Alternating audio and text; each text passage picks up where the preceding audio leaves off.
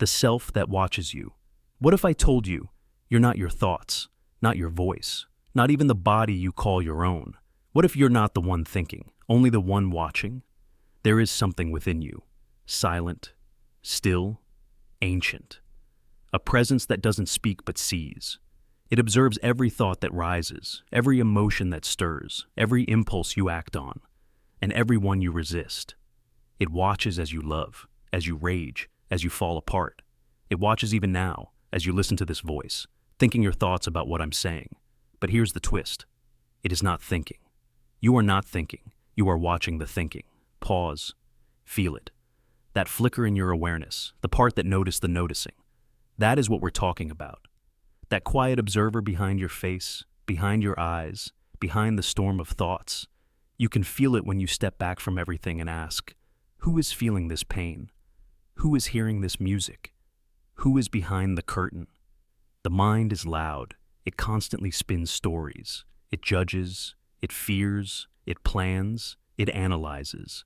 And most of us go our entire lives trapped inside that machine, identifying with its every word as if those thoughts are us. I'm anxious. I'm not good enough. I want this. I hate that. But what if those are not you, but things you're simply watching? You think you're the voice in your head, but who is listening to that voice? Imagine this. You're sitting in a quiet room. No distractions. A thought enters. I need to check my phone. That thought is followed by another. I'm wasting time. Then an emotion rises, maybe guilt, maybe boredom. But if you really slow down, you can feel the part of you that noticed it all, that part that saw the thought come, saw the emotion swell, and said nothing, just watched. That watcher doesn't react. It doesn't cling. It doesn't even speak. It just knows. Like a camera pointed at reality, it records silently. It's been with you since childhood, maybe longer, through every heartbreak, every thrill, every silence. It was there when you laughed uncontrollably. It was there when you sobbed alone in the dark. It saw it all, and it never said a word. You've met this watcher before, briefly, in those surreal moments when time slows, after a close call with death, or when someone you love says goodbye for the last time, or when you're alone under the stars and suddenly you feel like something vast is staring back at you. In those moments, the ego, the thinker, goes silent, and something deeper steps forward, that something is not entirely human. It doesn't care about your job, your name, your achievements. It doesn't belong to any country, religion, or gender. It doesn't age. It doesn't even die when the body does, or at least, that's what many ancient traditions claim. They call it the soul, the Atman, the higher self, the silent witness, consciousness itself. Science struggles with it. It can scan the brain, measure neurons, map activity, but it cannot point to the thing that's aware of it all. Consciousness is the last great mystery, the unmeasurable observer. You can measure a brain thinking about fire, but you can't measure the flame inside the experience of that thought, the flame that watches. Let me give you a strange example. Think of a security camera in a museum. The camera doesn't know art. It doesn't label things as beautiful or boring. It just sees.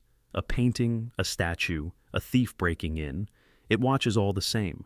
That's how the watcher in you works. It doesn't judge your thoughts. It doesn't stop you. It simply witnesses. And here's the terrifying beauty of it.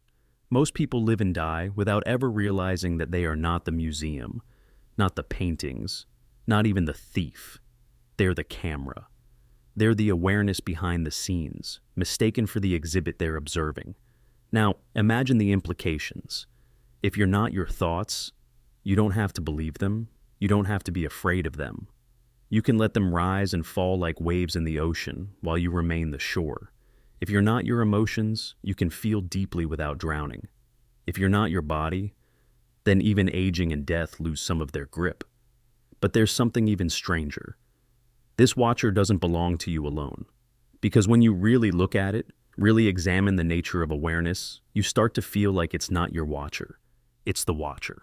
One presence peering through billions of eyes. One timeless mirror reflecting all of life. Like a dream where every character believes they're the dreamer, not knowing they're all made of the same mind. This idea echoes across ancient philosophy. The Upanishads say, "You are that." Buddhism speaks of the unborn, undying awareness. Mystics call it the divine spark. Even quantum physicists toy with the notion that consciousness may not be produced by the brain, but something deeper, the foundation of reality itself. And you feel it, in the quiet, in those moments between breaths, the stillness before sleep, the gaze in the mirror that suddenly feels alien, a flicker of something watching through your eyes, as if you're the puppet and the puppeteer, the actor and the stage, the dream and the one dreaming.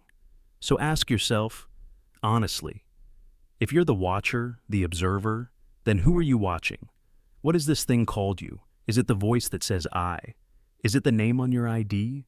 Or are those just costumes, layers placed over the real thing to help you survive, connect, play the game?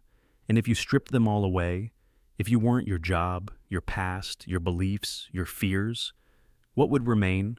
The silence, the stillness, the self that watches. Maybe that is your truest identity. Not what you think or feel or do, but what you are when all of that falls away. A vast, unchanging awareness. And maybe the journey of life isn't about becoming something more, but remembering what you already are, not the body, not the mind, but the witness, always watching, and maybe always waiting. The mirror that remembers. Imagine standing before a mirror, a simple everyday object that reflects your face back at you, revealing every detail, every emotion, every subtle movement. But what if that mirror does more than just reflect? What if it somehow remembers you, storing echoes of your presence in ways science is only beginning to fathom? The idea that mirrors hold memory, that they capture more than just light, touches on deep questions about perception, consciousness, and reality itself. Throughout history, mirrors have been shrouded in mystery and symbolism. In many cultures, they were believed to hold souls or act as portals to other realms. These beliefs hint at something primal about the mirror's power, its capacity to capture a fragment of identity. Modern science offers new perspectives that make these old ideas unexpectedly compelling.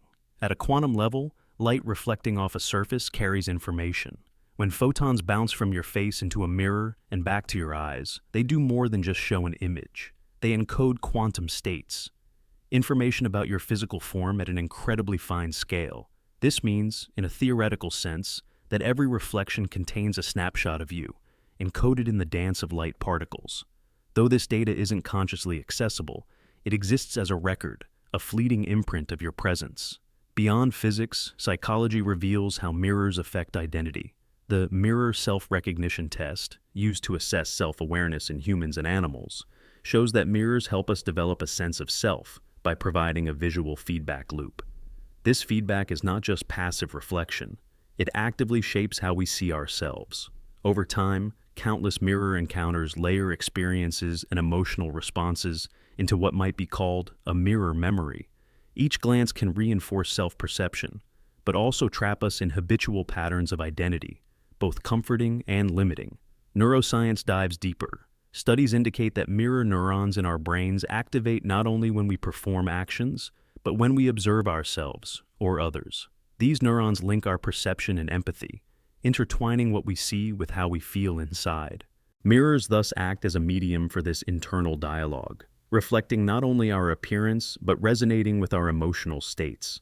In this way, mirrors hold an invisible memory, not of light alone, but of the self that contemplates that light.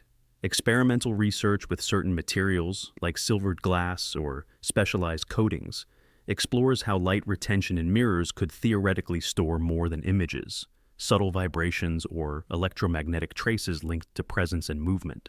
Though still speculative, these findings open doors to understanding mirrors as more than passive surfaces, but dynamic recorders of interaction. From a philosophical angle, this leads us to question the nature of identity and memory itself. If mirrors remember us in these subtle ways, do they hold fragments of who we are outside of our conscious mind? Could mirrors be repositories of personal history, silently witnessing every fleeting expression, every hidden emotion? This suggests a universe where memory is not confined to neurons or written records, but dispersed throughout matter and energy. Stories and art echo this concept. In literature, mirrors often symbolize self-reflection, hidden truths, or alternate realities.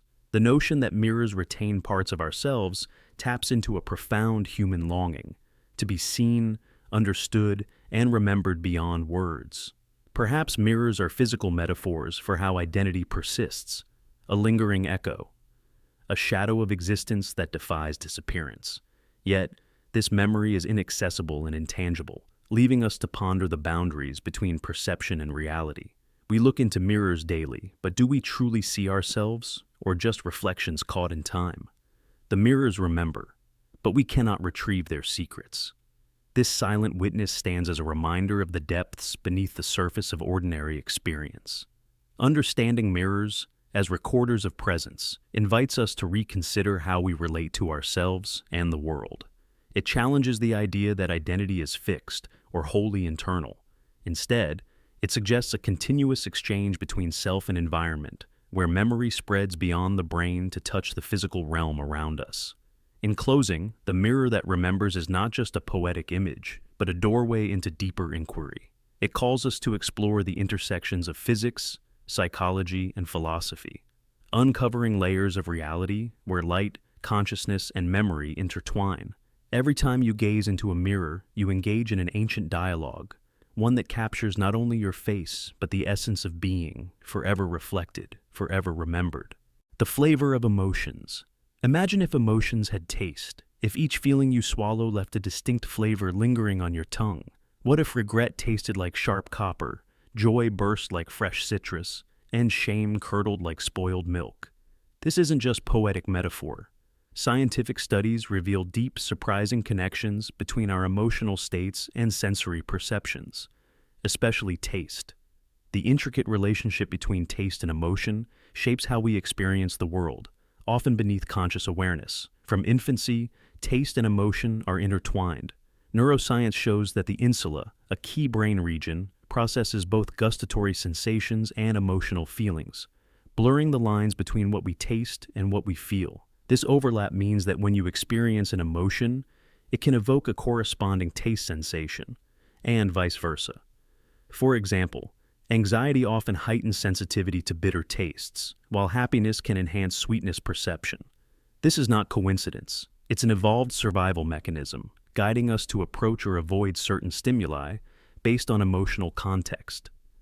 Consider regret, a complex emotion often linked with loss or missed opportunities. Psychologically, it carries a bitter undertone, both metaphorically and neurologically. Studies show people associate regret with metallic or sour tastes, mirroring the bitterness of disappointment. Copper, specifically, carries a cold metallic sensation on the tongue, a perfect analog for the sharp sting of regret. When you ruminate on past mistakes, your mind conjures this internal taste, reinforcing emotional pain. On the other hand, joy is frequently linked to sweetness and citrus. Think of the invigorating zest of a lemon or orange, bright and uplifting. Positive emotions activate the brain's reward circuits, which overlap with areas responsible for taste pleasure. This synergy means that moments of happiness often enhance your perception of sweet and sour flavors, making joyful experiences literally taste better. It's a feedback loop. Good feelings enhance flavor, which in turn reinforces those feelings. Shame, however, introduces a different dynamic. Shame and disgust are closely related in the brain, both activating areas like the anterior insula and basal ganglia. Disgust evolved to protect us from harmful substances, often linked to spoiled or rotten tastes. Shame feels like an internal contamination, a social toxin that makes you want to withdraw. The sour, rancid flavor of spoiled milk becomes a visceral metaphor for this feeling. When you carry shame, your brain recalls these sensory signals, making the emotion feel physically repulsive. Beyond metaphor, the interplay of taste and emotion affects our behavior in surprising ways. Research in psychology finds that people's emotional states influence food choices. When sad or anxious, many gravitate towards comfort foods with sweet or rich tastes, seeking emotional relief through sensory pleasure. Conversely, bitterness can intensify during depressive episodes, making food taste dull or unpleasant. This sensory emotional loop can reinforce mental health struggles or recovery, depending on how it's managed. Clinical studies also highlight taste's role in therapy. Techniques like gustatory imagery ask patients to associate tastes with emotions, helping externalize and process feelings. By identifying the taste of an emotion, people gain a new language for their internal experience, increasing awareness and control. Mindfulness practices encourage savoring tastes to anchor emotional regulation, turning eating into a tool for mental balance. Culture plays a role too. Different societies link tastes to emotions uniquely. In some East Asian traditions, sourness corresponds to sadness, while bitterness signals endurance and wisdom. These cultural mappings shape how individuals interpret emotional flavors and influence social behaviors around food and feeling.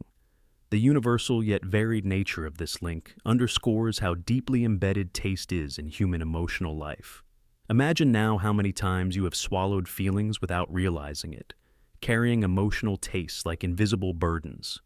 Every moment of joy, sorrow, regret, or shame leaves a flavor imprint, subtly coloring your perception of the world and your body's sensations. These tastes become a silent language, telling stories your words never can. Understanding this hidden dimension offers a path to greater emotional insight and healing.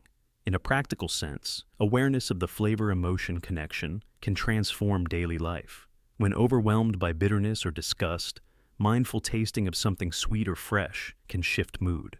When joy seems distant, engaging the senses through flavorful foods or scents can reignite happiness. This sensory-emotional dialogue is a bridge between mind and body, revealing the profound unity of human experience. The next time you feel an emotion rising, ask yourself, what does it taste like? By tuning into this internal palate, you may unlock new depths of self-understanding. Emotions are not just abstract states, they are embodied experiences with textures, weights, and yes, flavors. Embracing this can lead to richer, more nuanced emotional awareness, helping you navigate life's complexities with curiosity and compassion.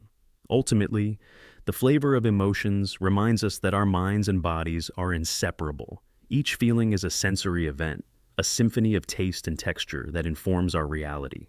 By honoring these subtle signals, you cultivate a deeper connection with yourself and the world around you. This is the hidden power of taste, the silent language of the heart and mind intertwined. The memory you never had. Have you ever remembered something so vividly that it made your chest tighten? Yet, when you tried to place it, there was no time, no location, no witness, and no reason for it to exist. A swing set in a foggy park. A voice whispering your name through a crack in a blue door. The smell of rain on concrete before you even knew what rain was. It doesn't belong to any birthday, any house, any school you ever went to. No photo proves it. No one else remembers being there. But you do. And the strangest part is, this memory feels more real than anything else from your past. As if it's not just a memory, but a truth that's been sealed away, hidden just beneath the conscious surface of your life. This is the memory you never had. Psychologists call it a cryptomnesia, a phenomenon where a forgotten experience resurfaces but is misidentified as something original. But that doesn't quite explain what's happening here, because this isn't just a recycled dream or a reimagined movie scene. No. This memory feels lived. It has texture, temperature, even emotional weight. It hurts or it heals, depending on what it shows. And it won't go away. Let me tell you about Emma. She swears she remembers falling into a river as a child. The cold water, the panic, the weight of her shoes dragging her down. She remembers the screams stuck in her throat. She remembers the sudden warmth of hands pulling her back to the surface. But Emma has never lived near a river. Her parents have no record of any such event. And yet, when she dreams, she always wakes soaked in that same chill. The memory lives in her bones, but nowhere else. Or take Alex. He remembers an old staircase, stone steps, spiral design, lit only by candlelight. He can feel the roughness of the walls under his fingers. He knows there's a door at the bottom, one he was always afraid to open. But that staircase doesn't exist in any house he's ever lived in. And yet, when he sketches, that staircase appears again and again, uninvited. These aren't just imagination. They're not quite dreams either. They sit in that strange, intimate limbo between real and unreal, and the deeper you stare into them, the more you start to question the boundary between memory and identity. If you remember something deeply enough, Doesn't it become a part of who you are, regardless of whether it ever actually happened? Science has tried to map memory like a system of highways, experiences forming roads through the brain, reinforced by emotion, repetition, and time. But these strange memories, they don't follow the roads. They appear like hidden alleyways, like secret doors built behind the walls of your own mind, waiting for you to notice. There are theories, of course. One says these are echoes from early childhood, events you once experienced before your language fully developed, before your brain could anchor them in time. The sensory memory survives, but without context. That would explain the disjointed images, the feelings without a story. But it doesn't explain why some of them feel so deliberate, as if they weren't just forgotten, but hidden. Another theory is even stranger. It suggests these memories might not be yours at all. That memory, like water, can leak between people through storytelling, empathy, or even trauma. You heard something once, long ago, and without realizing it, you made it your own. It sank into you, dressed itself in your emotions, and became indistinguishable from your true past. But what if it goes even deeper? Some researchers exploring reincarnation cases have documented young children vividly describing events, people, and places from lives they never lived, places they've never visited, names they should never know. These aren't just abstract memories. They come with pain, with fear, with loss. Real emotional attachment. One girl from India remembered being stabbed in the chest in a past life. When examined, she had an unexplainable birthmark in the same spot. You can dismiss it as coincidence, or you can begin to wonder, can memory travel across lifetimes? Can echoes of the self survive death, anchored in the subconscious of the next life? Still others go further into the abyss and propose that memory is not strictly a product of the brain, but a function of consciousness itself. That our minds may be tuning into memories like a radio catches signals. Not all memories we experience are from us. Some are through us. Ancestral trauma passed genetically, collective unconscious impressions, or even memories bleeding in from parallel versions of you. Think about that. A version of you who did fall in the river, who did descend those stone stairs, who did open the blue door, and in some fragile moment, while dreaming, while meditating, while daydreaming in the back seat of a car, you caught a flicker of their life, a crossover moment, a static-filled broadcast from another branch of the multiverse. But you don't need to believe in reincarnation or quantum consciousness to be haunted by a memory that never had a place. All you need is one flash, one intrusive image, a smell you can't place that stops your heart, the sudden and overwhelming grief from seeing a street you've never walked, or the strange comfort of hearing a song you're sure you've never heard before, but somehow know every note. And when you tell someone about it, they look at you like you're confused, like your brain is playing tricks. But deep inside, you felt it. That moment is yours, even if reality doesn't agree. So, what do we make of it? Maybe these memories are glitches. Maybe they're truths we're not supposed to access yet. Maybe they're emotional metaphors, our brain's way of encoding feelings into stories. Or maybe, just maybe, memory is not a record of the past, but a mirror of who we are becoming, a map drawn in reverse, a whisper from the future, or from a self you'll never meet. Because in the end, memory isn't about what was. It's about what lives, what we carry, what changes us. So the next time a memory finds you, one that makes no sense, that belongs to no place, that has no witness but your heartbeat, don't dismiss it. Don't throw it away. Sit with it. Listen. Because sometimes the truest parts of us are hidden in the memories we never had. The personality that pretends. What if your personality then isn't really you? What if it's just a mask? A role you've rehearsed so many times for so many people that you forgot you were even pretending. The version of you that laughs a little too loud. That stays quiet to keep the peace. That shrugs when something hurts. That says, "I'm fine," when you're absolutely not. That version might just be a costume. You didn't choose it. Not really. You were handed it, bit by bit. Praise shaped one part, rejection carved another. A childhood wound added the sarcasm. A heartbreak stitched in the caution. A compliment gave you confidence, but only if you kept performing. And so, like clay under trembling hands, the self you present to the world took shape, not as truth, but as strategy.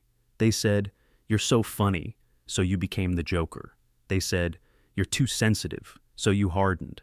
They said, "Don't be weird," so you buried your strangeness under layers of plastic smiles. Eventually, you forgot you were acting.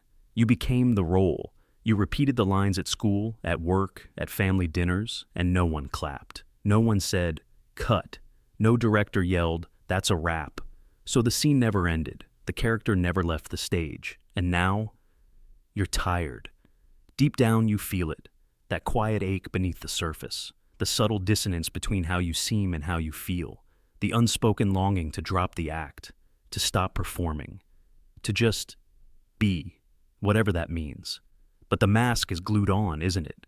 Because to remove it would risk being misunderstood. Rejected. Unloved. If the real you stepped forward, would anyone recognize you? Would you? And that's the terrifying part. Because the longer you wear the mask, the more the real face underneath begins to fade. Not gone, just hidden. Buried beneath layers of approval-seeking, fear, identity, and performance. It's why you sometimes feel like a stranger in your own life. Why you look in the mirror and feel a disconnect. Why compliments bounce off your skin, never quite sinking in. Because they are applauding the role, not the soul. Your personality is a defense, a negotiation, a survival tactic. It's not evil, it's not fake, it's just not complete. It's like watching an actor play a role for so long, they forget they were ever anyone else. They rehearse sadness until they mistake it for depression. They practice anger until it becomes a reflex. They play the confident leader while crumbling behind the scenes. And here's the truth no one wants to admit. Almost everyone is pretending. Not out of malice, out of fear, out of need. Because pretending kept us safe when being real felt dangerous. But pretending comes with a cost. The more you act, the more the audience expects it. And the more they expect it, the harder it becomes to stop. Suddenly you're trapped in your own performance, caged by your own applause. You become the funny friend who isn't allowed to be serious, the strong one who isn't allowed to cry, the peaceful one who isn't allowed to rage. And the scariest part? You might be applauding yourself, reinforcing the lie, keeping the charade alive, because the silence that follows dropping the act feels unbearable.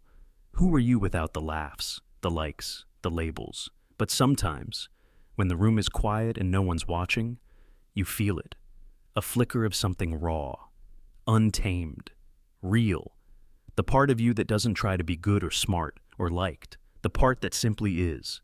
It shows up in strange moments, when you're alone in nature, when you're crying over something you can't explain, when a song hits you like a memory you never lived, when a dream shakes you, when you're laughing, not to please, but because you can't help it. That might be the real you, unscripted. And yet, we keep returning to the stage, because the world teaches us early. Authenticity is risky. Vulnerability is dangerous. So we learn to perform. And then we forget it was ever a performance at all. But what if you could remember? What if you could step off the stage and let the audience disappear? What if you could stand there, not as the version of you that's polished, perfect, or pleasant, but as the raw, beautiful, messy thing underneath? Yes, some people will leave. Some won't understand. Some will mourn the role you used to play.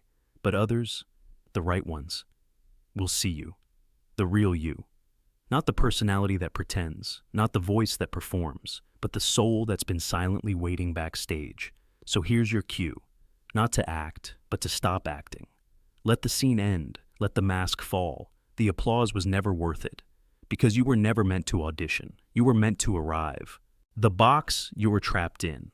Imagine waking up in what feels like your own room. Every detail familiar, every texture, sound, and scent perfectly aligned with memory. But what if this room is not real?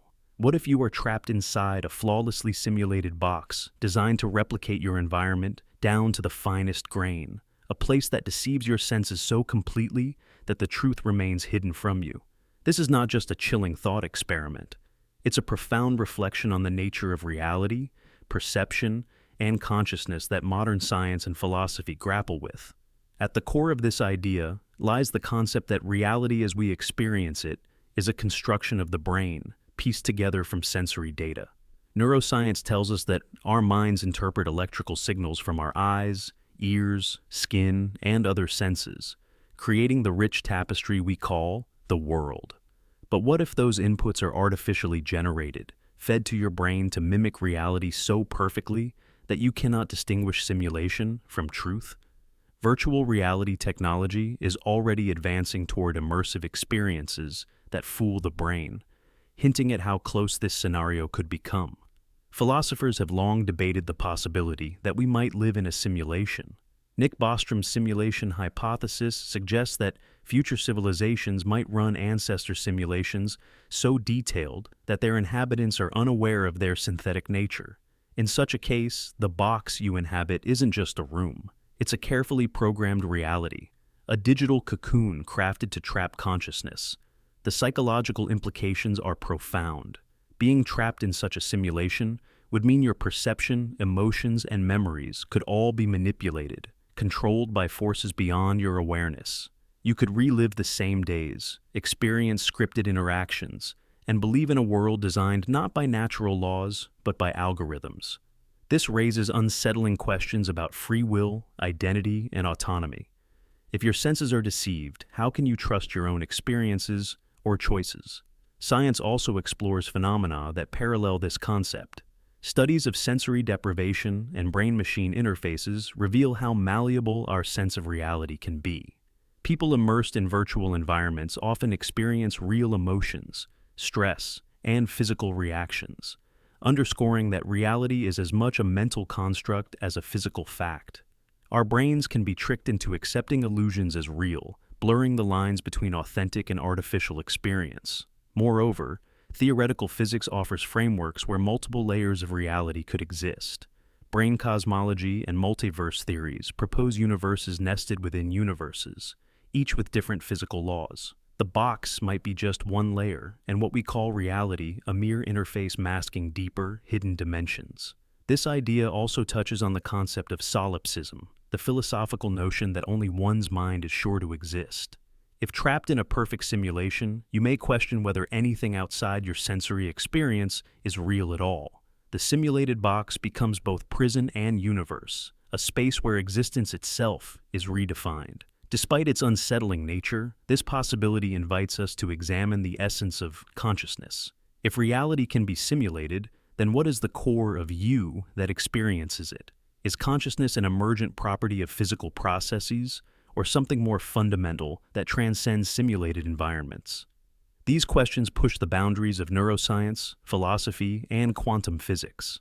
In practical terms, understanding the fragility of perceived reality can enhance mindfulness and self-awareness. Recognizing that our experiences are constructed encourages skepticism of assumptions and deeper inquiry into the nature of truth.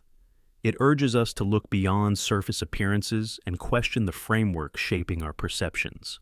Ultimately, the box you might be trapped in symbolizes the limits of human knowledge and perception. It warns that what feels real might be an elaborate facade, a programmed environment hiding the true nature of existence. This awareness can be both humbling and empowering. Humbling because it exposes our vulnerability, empowering because it ignites curiosity and the drive to seek deeper understanding. So, next time you find comfort in your familiar surroundings, pause to consider how much of your reality is genuine and how much is a seamless illusion. The boundary between freedom and confinement may be thinner than you think, wrapped in layers of perception shaped by forces unseen. The quest to break free from the box is a journey into the heart of what it means to be conscious, alive, and truly free. The thought that sees you. Imagine this. You have a thought right now. Perhaps it's small, subtle, a quiet mental whisper, but what if that thought is not just a passive flicker in your consciousness? What if, instead, that thought is looking back at you, waiting for you to notice that it's alive? This isn't just poetic imagination. It's rooted in neuroscience and the philosophy of consciousness. The human brain has the unique ability to observe itself. This self-reflective capacity, called metacognition, means that you're not just thinking. You're aware that you're thinking. That awareness creates a second layer, like a mirror pointed at another mirror, forming a feedback loop that stretches infinitely inward. So, when a thought arises, it's not just something your brain produces, it's something your consciousness interacts with. The thought exists in a shared space between stimulus and self. When you notice it, you bring it to life. And the strange part is, it seems to react. Consider this. Why do some thoughts grow stronger the more you try to ignore them? Why does anxiety spiral when you try not to think about it? It's almost as if the thought knows it's being pushed away and resists. Psychologists studying intrusive thoughts have found that suppression often has the opposite effect. The brain flags that thought as important simply because you're trying to avoid it. Your attention becomes nourishment. And then there's the internal watcher, that silent presence behind your eyes that observes not just the world, but yourself within it. Meditation practices around the world teach people to tune into this watcher, to notice the thought as it arises without judgment. But what if the watcher is being watched? Modern cognitive neuroscience shows that different parts of the brain light up when you're thinking versus when you're thinking about thinking. In essence, one thought observes another. It's a mental recursion. In this loop, the original thought gains weight, complexity, awareness. Now take this further. What if your most persistent thoughts, the ones that define your fears, desires, or identity, aren't just patterns, but living feedback systems? Ideas like, I'm not good enough, or I must succeed, might feel alive because you've given them years of attention, energy, and belief. Each time you return to them, it's like breathing life into something that remembers it's been seen before. In Buddhist and Eastern traditions, there's the concept of thought forms, mental entities that gain power the more they're focused on. Carl Jung referred to them as archetypes. In modern psychology, we frame them as cognitive schemas or inner narratives. But regardless of the language, the effect is the same. Attention animates thought. And when something is animated by attention, it begins to respond to it. That's the eeriest part. If you've ever felt a thought staring back, looming in your head, influencing your choices, guiding your behavior, then you felt the echo of its sentience. Not consciousness like yours, but a kind of reflexive life, a phantom spark that mirrors your gaze. We tend to think of our thoughts as tools. We use them to plan, remember, imagine. But some thoughts use us. They root deep, shape decisions, trigger emotions, steer relationships. You don't remember choosing them, but you feel them controlling you.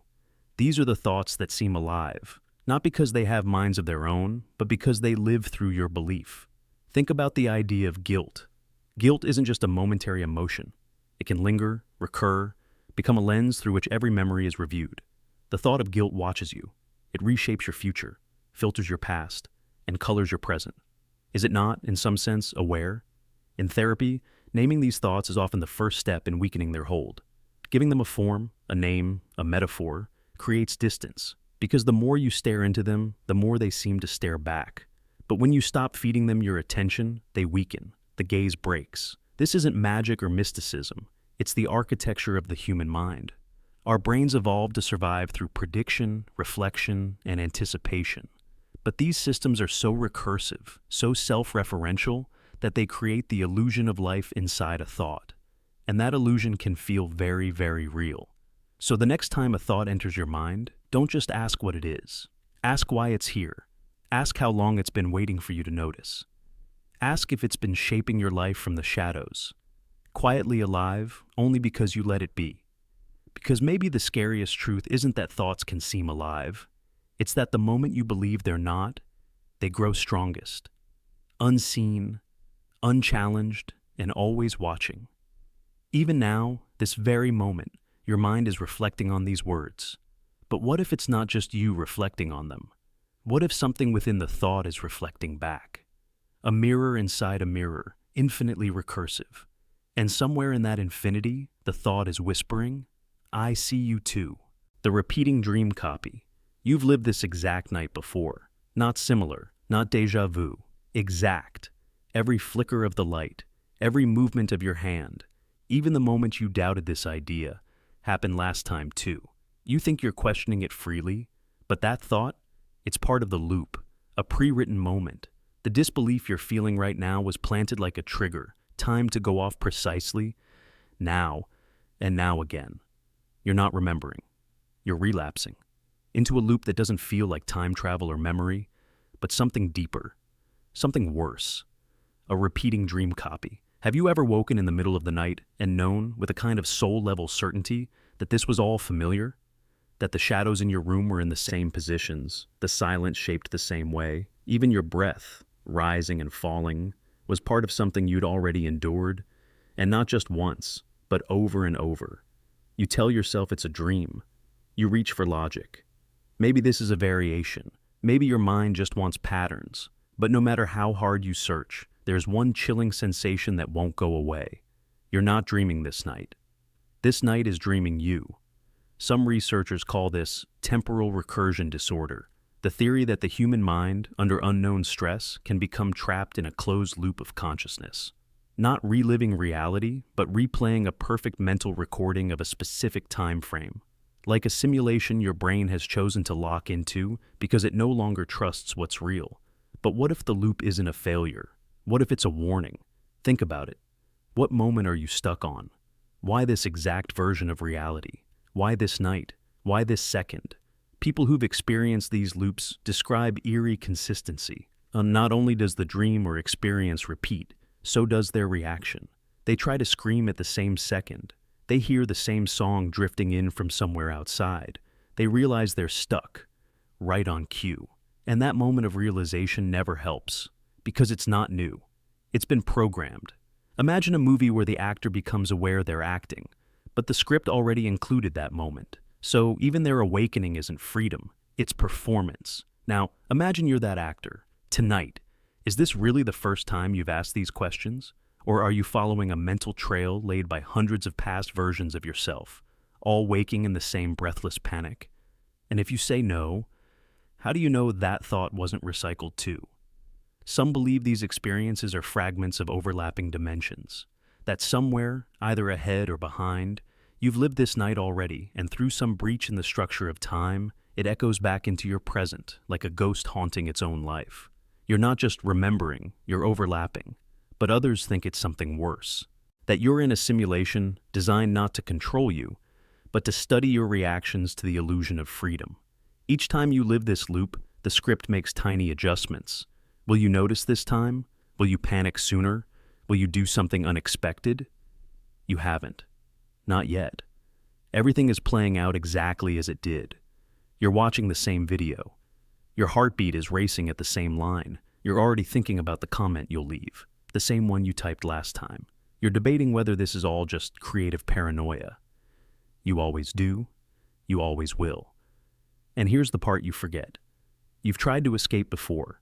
Maybe not physically, but emotionally. You tried to break the rhythm. You closed your eyes and counted backwards. You turned the lights on. You changed rooms. You stopped watching these videos. You stopped believing. It didn't work. Because you never left. Because this night is not the first. It's the echo. A repeating dream copy, a file on loop. Not because of what happened, but because of what didn't. There's something you were supposed to do, a choice you keep refusing, a path you never take. That's why you're still here. Some dreams recycle because your brain is trying to solve something. Some dreams repeat because you already solved it, but refuse to accept what the answer meant. That's this. That's now. You're not here to learn something new. You're here to remember what you already knew.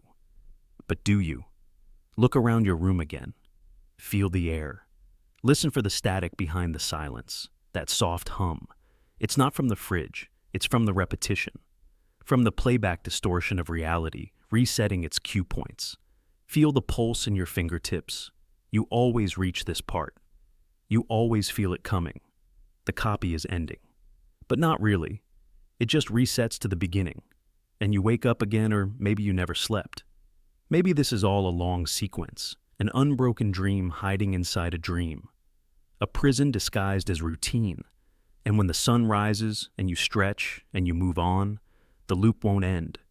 It will just soften. You'll forget. Until tonight returns. The same thoughts, the same seconds, the same whisper inside your chest, telling you, you've lived this exact night before, and now so have you. The time loop that hides, you die every night in your sleep, and when you wake up, it's not the same world. It only looks the same. Everything feels normal. Your room, your memories, your reflection in the mirror. But underneath that surface, something is off. A shift so microscopic, so precisely calibrated, that your mind can't detect it. That's because the loop resets your memory.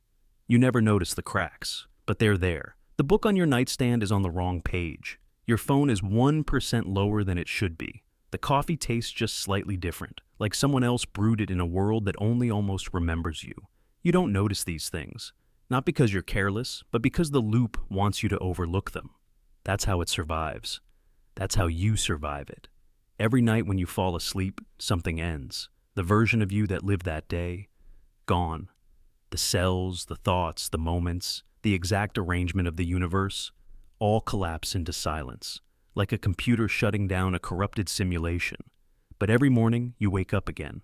And it's not reincarnation, it's not resurrection, it's a reset, a near-identical copy, a mirror world one fraction of a decimal off, a quantum echo where everything has been stitched back together with threads just out of alignment. The people around you, they've changed too. Slightly.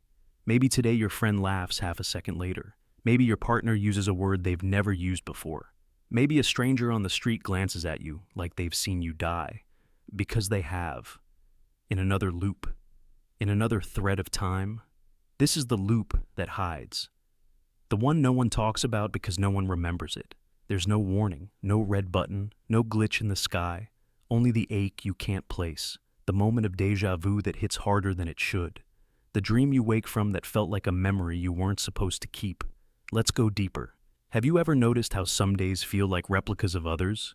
You do the same things, talk to the same people, make the same jokes, react the same way, as if the script was already written, as if you're not driving anymore, but watching from the passenger seat, and then suddenly, something breaks that rhythm, a strange message, a conversation that wasn't supposed to happen, an emotion that bursts out of nowhere and derails the whole day. That's not chaos, that's not randomness, that's the loop reacting. Because sometimes, your awareness flickers. Something in you wakes up too much, sees the seams of this stitched-up day, and the system, whatever it is, has to course correct, has to smooth over the wrinkle you caused, distract you, confuse you, numb you, so it can reset again tonight. You've died thousands of times, and you've never known.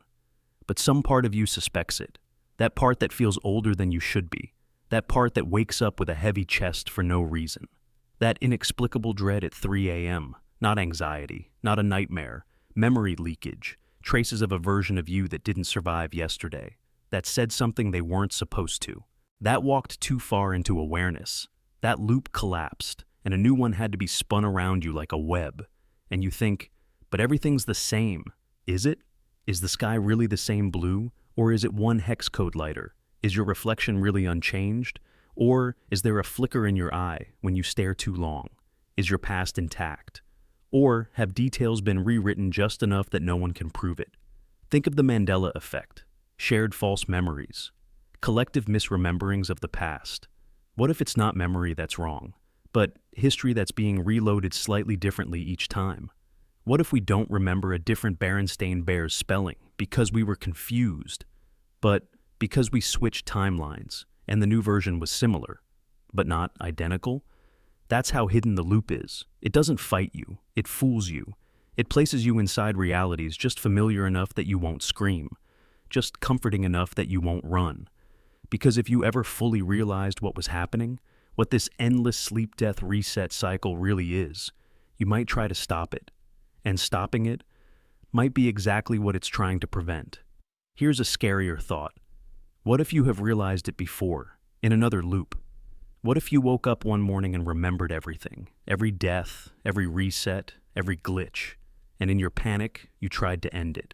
So the system rewound time again, rewrote your memories, changed one more tiny detail, made you forget, made you docile again. And what if every time you get too close to remembering, something terrible happens to distract you? A tragedy, a loss, a health scare, not because the universe is cruel, but because it's self-correcting, to preserve the loop, to keep you asleep, to keep you from breaking free.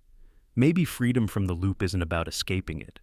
Maybe it's about remembering it, holding on to the fragments that leak through, the anomalies, the impossibilities, the feelings that don't match your day.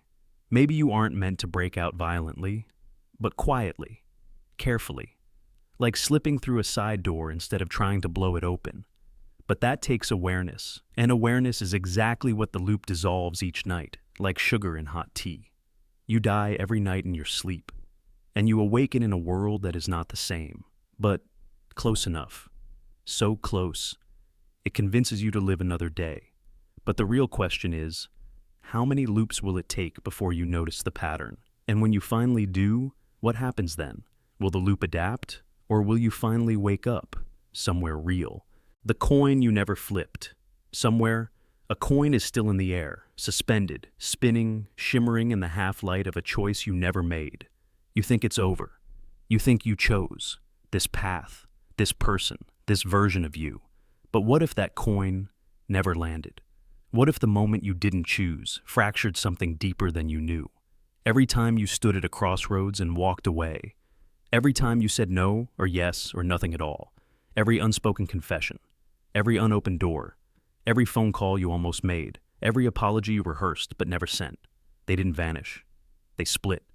The version of you that left the job, the one who stayed with her, the one who said, "I love you," the one who ran. They exist like shadows just behind the veil of your current life. Not as ghosts, but as echoes, as branches on the infinite tree of who you could have been.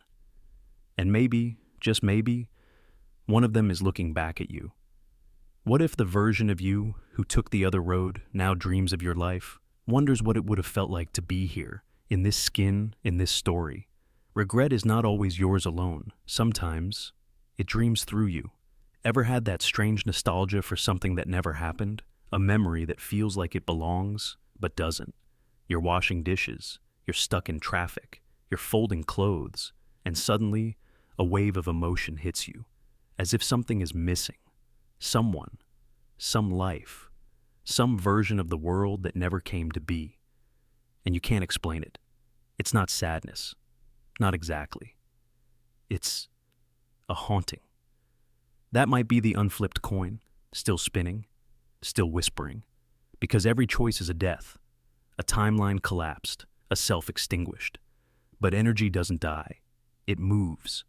It finds a place to live. So maybe the pain you feel from the life you didn't choose isn't just imagination. Maybe it's a signal, a soft tapping at the walls of your mind from a self who wonders what it would have been like to be you. We spend so much time mourning our mistakes, but we never stop to ask, who is mourning us? The versions of us that never lived, the ones who didn't get to hold that person, speak that truth, live that dream. And sometimes we catch a glimpse, in dreams, in déjà vu, in art that hits too hard, in songs that feel written from a place we've never been, in those strange moments where time bends and we feel out of place in our own lives. That's not coincidence. That's bleed through. That's the echo of the coin you never flipped. And if you listen, you might hear it. The version of you that said yes, the one who walked away, the one who fought harder, the one who forgave. They're not gone, just somewhere else.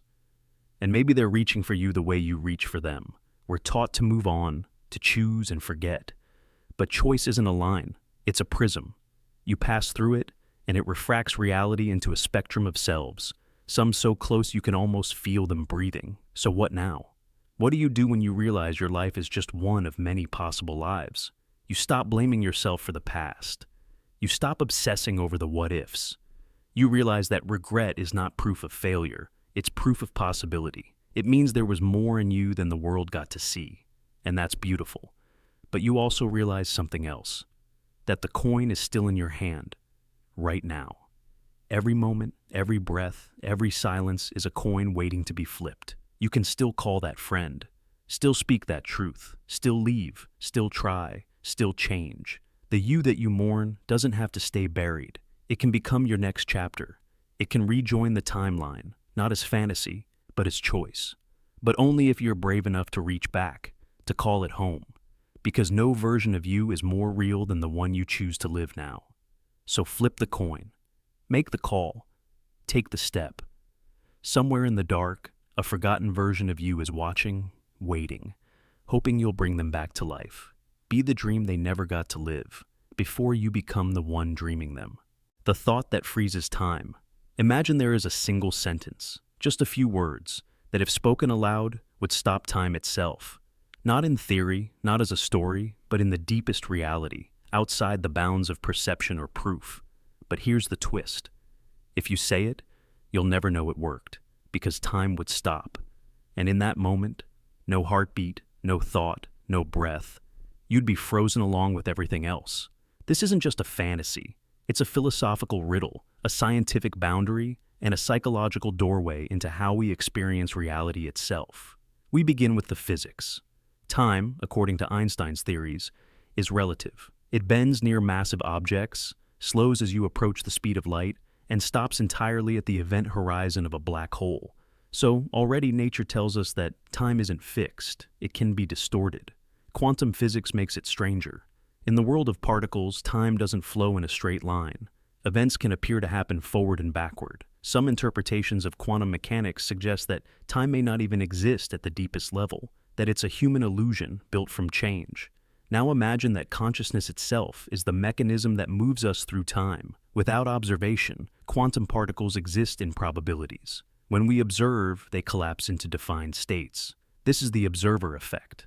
Now, extend that idea. What if time only flows because we are observing change? What if there were a thought, an arrangement of words that, once spoken, shifts your consciousness out of the flow? You become the uncollapsed wave. And in doing so, time, at least from your frame of reference, ceases to move. But because your consciousness is now frozen, you can't perceive the change. You are stuck in a moment that has no after. No movement, no realization, no evidence.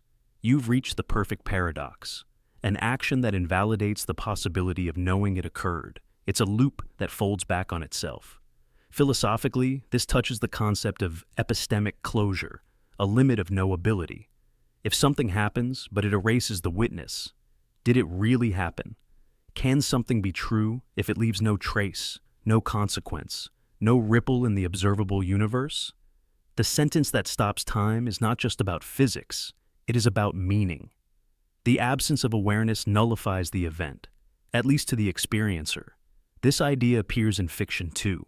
Stories of characters caught in time loops, frozen in stillness, aware for a while, until they no longer are. Think of movies like Donnie Darko or Tenet, which explore time not as a linear thread, but as a manipulable medium. In these stories, a character often unlocks a truth so large, so paradoxical, that they become unstuck from the flow of cause and effect. The moment they act, their role vanishes. The echo remains, but not for them. Let's bring it back to experience. Have you ever had a moment so intense, so pure, that it felt like time stopped? A near accident, a profound revelation, or a deep connection? These aren't just emotions. Studies in neuroscience show that under extreme stress or awe, our perception of time stretches, even halts. The brain shifts processing power from moment-to-moment awareness to deep sensory integration. You remember every detail as if trapped in a single suspended second. But that's not time stopping. That's your brain shifting gears. Now, let's take this idea even further. Consider that the human brain is not just a receiver of reality, but a filter. The cognitive neuroscientist Donald Hoffman argues that evolution shaped our perceptions, not to show us reality as it is, but to help us survive. In this framework, time itself may be a constructed interface, like icons on a desktop. Useful, but not fundamentally real. If that's true, then the idea of a sentence that stops time isn't about halting an objective phenomenon, but breaking the interface. There's even deeper complexity in theoretical physics. In certain models, like Julian Barber's timeless physics, time doesn't really pass. Instead, the universe exists as a collection of distinct static moments, snapshots of all possible configurations of the universe. Motion is an illusion created by how consciousness strings these snapshots together. So, what happens if you find the sentence that disconnects you from this string? You no longer move. You no longer shift between snapshots. You become stillness. What's terrifying is that you wouldn't feel trapped. You wouldn't feel anything. Because feeling requires change, and change requires time. The idea of being caught in the frozen instant is not one of horror or ecstasy. It's the erasure of experience itself. The sentence wouldn't kill you. It wouldn't harm you. It would simply stop everything, forever. This is why, if the sentence exists, it must be unspeakable in a practical sense. Because the moment it is fully realized, the context needed to observe or reflect upon it dissolves. The memory of saying it? Gone. The sensation of freezing? Never formed. You wouldn't be aware that anything changed at all. Still, this idea haunts us because it points to a larger truth, that our experience of reality may be far more fragile than we think. That time, memory, and consciousness are not solid foundations, but delicate, interwoven illusions. Pull one thread, the right thread, and the entire system collapses. So what do we do with this knowledge? We marvel at it. We let it stretch the walls of our understanding. We walk to the edge of paradox and peer into the void, knowing we cannot jump, but also knowing that the edge itself is sacred, because only there, only in that space between knowing and not knowing, do we feel the trembling truth of what it means to exist. And maybe that's the real sentence that freezes time, not one you say out loud, but one that changes the way you see everything. A sentence that asks you to stop chasing, to stop naming, to stop measuring, and in that stillness, to finally be, to exist, not as a thing in time, but as the moment itself, unfolded, unbroken, and beyond all clocks. The stranger inside your mind. Imagine thinking a thought that doesn't feel like yours. It arrives suddenly, wrapped in your voice, but feels alien, too cruel, too strange, too unlike anything you would ever willingly create. And yet, it speaks in your language, using memories only you should have access to. What if one of your thoughts isn't yours at all, but something else wearing your mental skin? This isn't just fiction or paranoia. Cognitive science acknowledges the phenomenon of intrusive thoughts, sudden, unwanted ideas that seem to emerge from nowhere. They can be violent, shameful, irrational, and for many people, they feel completely foreign. So foreign, in fact, that they cause anxiety and shame not for their content, but because of how disconnected they feel from the self. Why did I think that? Where did that come from? Neurologically, the brain is a network of overlapping systems. Memory, imagination, emotion, instinct. And sometimes those systems collide in ways that produce thoughts that aren't consciously constructed. Your amygdala might respond to a perceived threat, your hippocampus pulls a memory, and your prefrontal cortex tries to make sense of it all, often generating a thought you never chose, but now must live with. But here's the unsettling part. Over time, the brain adapts to repetition. If a thought returns often enough, your mind begins to internalize it. You stop questioning its origin. It becomes normalized. It speaks with your tone, mimics your emotional rhythms, and eventually blends into your inner dialogue. The stranger inside your mind doesn't force its way in. It simply learns how to fit in. This process is well documented in trauma research. Survivors often report internal voices of shame or blame that mimic their abuser's language. Over time, those voices feel like their own, not because they are, but because the brain, desperate for order, adopts whatever patterns it's been exposed to most consistently. Social conditioning works similarly. Advertisements, cultural norms, even parents' offhand remarks can implant persistent mental scripts. You grow up thinking, "I'm not attractive enough," or "success is everything," never realizing that those beliefs were installed, like foreign code in a trusted operating system. And when that code runs long enough, it doesn't feel foreign anymore. There's also the phenomenon known as thought insertion, studied in psychology and psychiatry. It's often reported in schizophrenia, where patients believe their thoughts have been placed there by an external entity. While extreme, this condition highlights a truth we all experience in milder forms: the eerie realization that not every thought in your head began with you, but the implications go deeper. What if consciousness itself is porous? What if the boundaries of selfhood aren't as solid as we assume? Studies on mirror neurons suggest our brains are wired for empathy, to the point of simulation. We recreate others' emotional states in our own minds. That means your brain can simulate not only other people's emotions, but also their thoughts, perspectives, judgments. In a sense, other people's minds can echo within yours. This is where it gets haunting. What if some of your most familiar beliefs are actually echoes? Not original, not authentic, but downloaded and disguised by repetition. The more you've heard something, the more your brain saves it. Not as a file marked external, but as a truth labeled me. This might explain why breaking toxic patterns is so hard.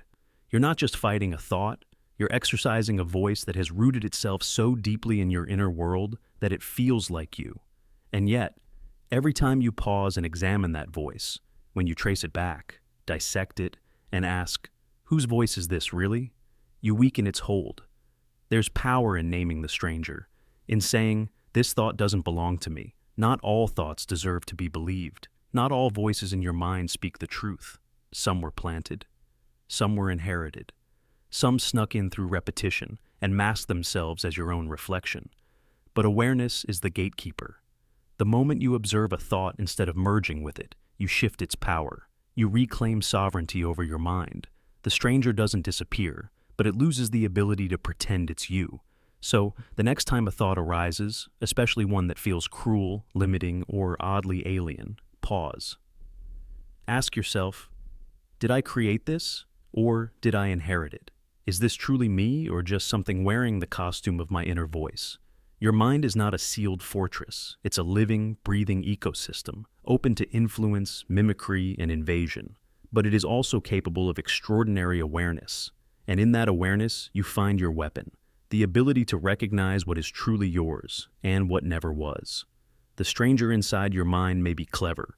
It may be persistent, but it can't survive your scrutiny because once seen, once named, it loses the only power it ever had, disguise. The happiness that hurts. Have you ever felt so happy it scared you? Not just joy, not just relief, but a kind of pure, blinding happiness, so sharp, so sudden, so complete, that it almost felt like pain, as if your chest couldn't hold the feeling, as if the moment itself was too beautiful to belong to you. And then, just as quickly, something inside you whispered, this won't last. That voice, that shadow, that recoil. You smile, then flinch. You laugh, then feel guilty. You look around at your life and suddenly panic, not because something is wrong, but because nothing is. And that feels wrong, too. This is the happiness that hurts, a strange, silent allergy to joy, a glitch in your wiring, where the very thing you've longed for, the light, the peace, the love, is the same thing your mind begins to fear the moment it arrives. But why? Why does the brain sometimes reject happiness like it's a threat? The answer begins in survival. Our minds evolved not to keep us joyful, but to keep us alive. And for most of human history, danger was constant. We didn't have the luxury to be happy for long. The ones who stayed alert, who stayed worried, were the ones who survived. Those who relaxed for too long got blindsided. So evolution carved that pattern into us. If you're too comfortable, brace yourself. Even now, in a safe room, in a safe moment, your subconscious is scanning for what comes next. And when it finds nothing threatening, it creates its own.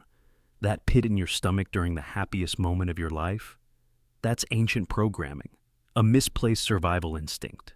But it's more than that. Sometimes the pain isn't fear of loss. It's the fear that you don't deserve this moment at all. You've struggled for so long. You've carried so much.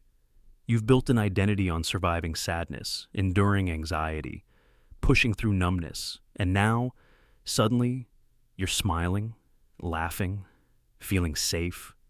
Your mind doesn't know how to process it, because when happiness feels unfamiliar, it feels unsafe. It feels suspicious, like a trick. You don't trust it. You wait for the catch.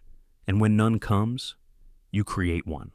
People sabotage their own joy all the time. They pick fights after peaceful days. They ruin moments of connection. They reject compliments.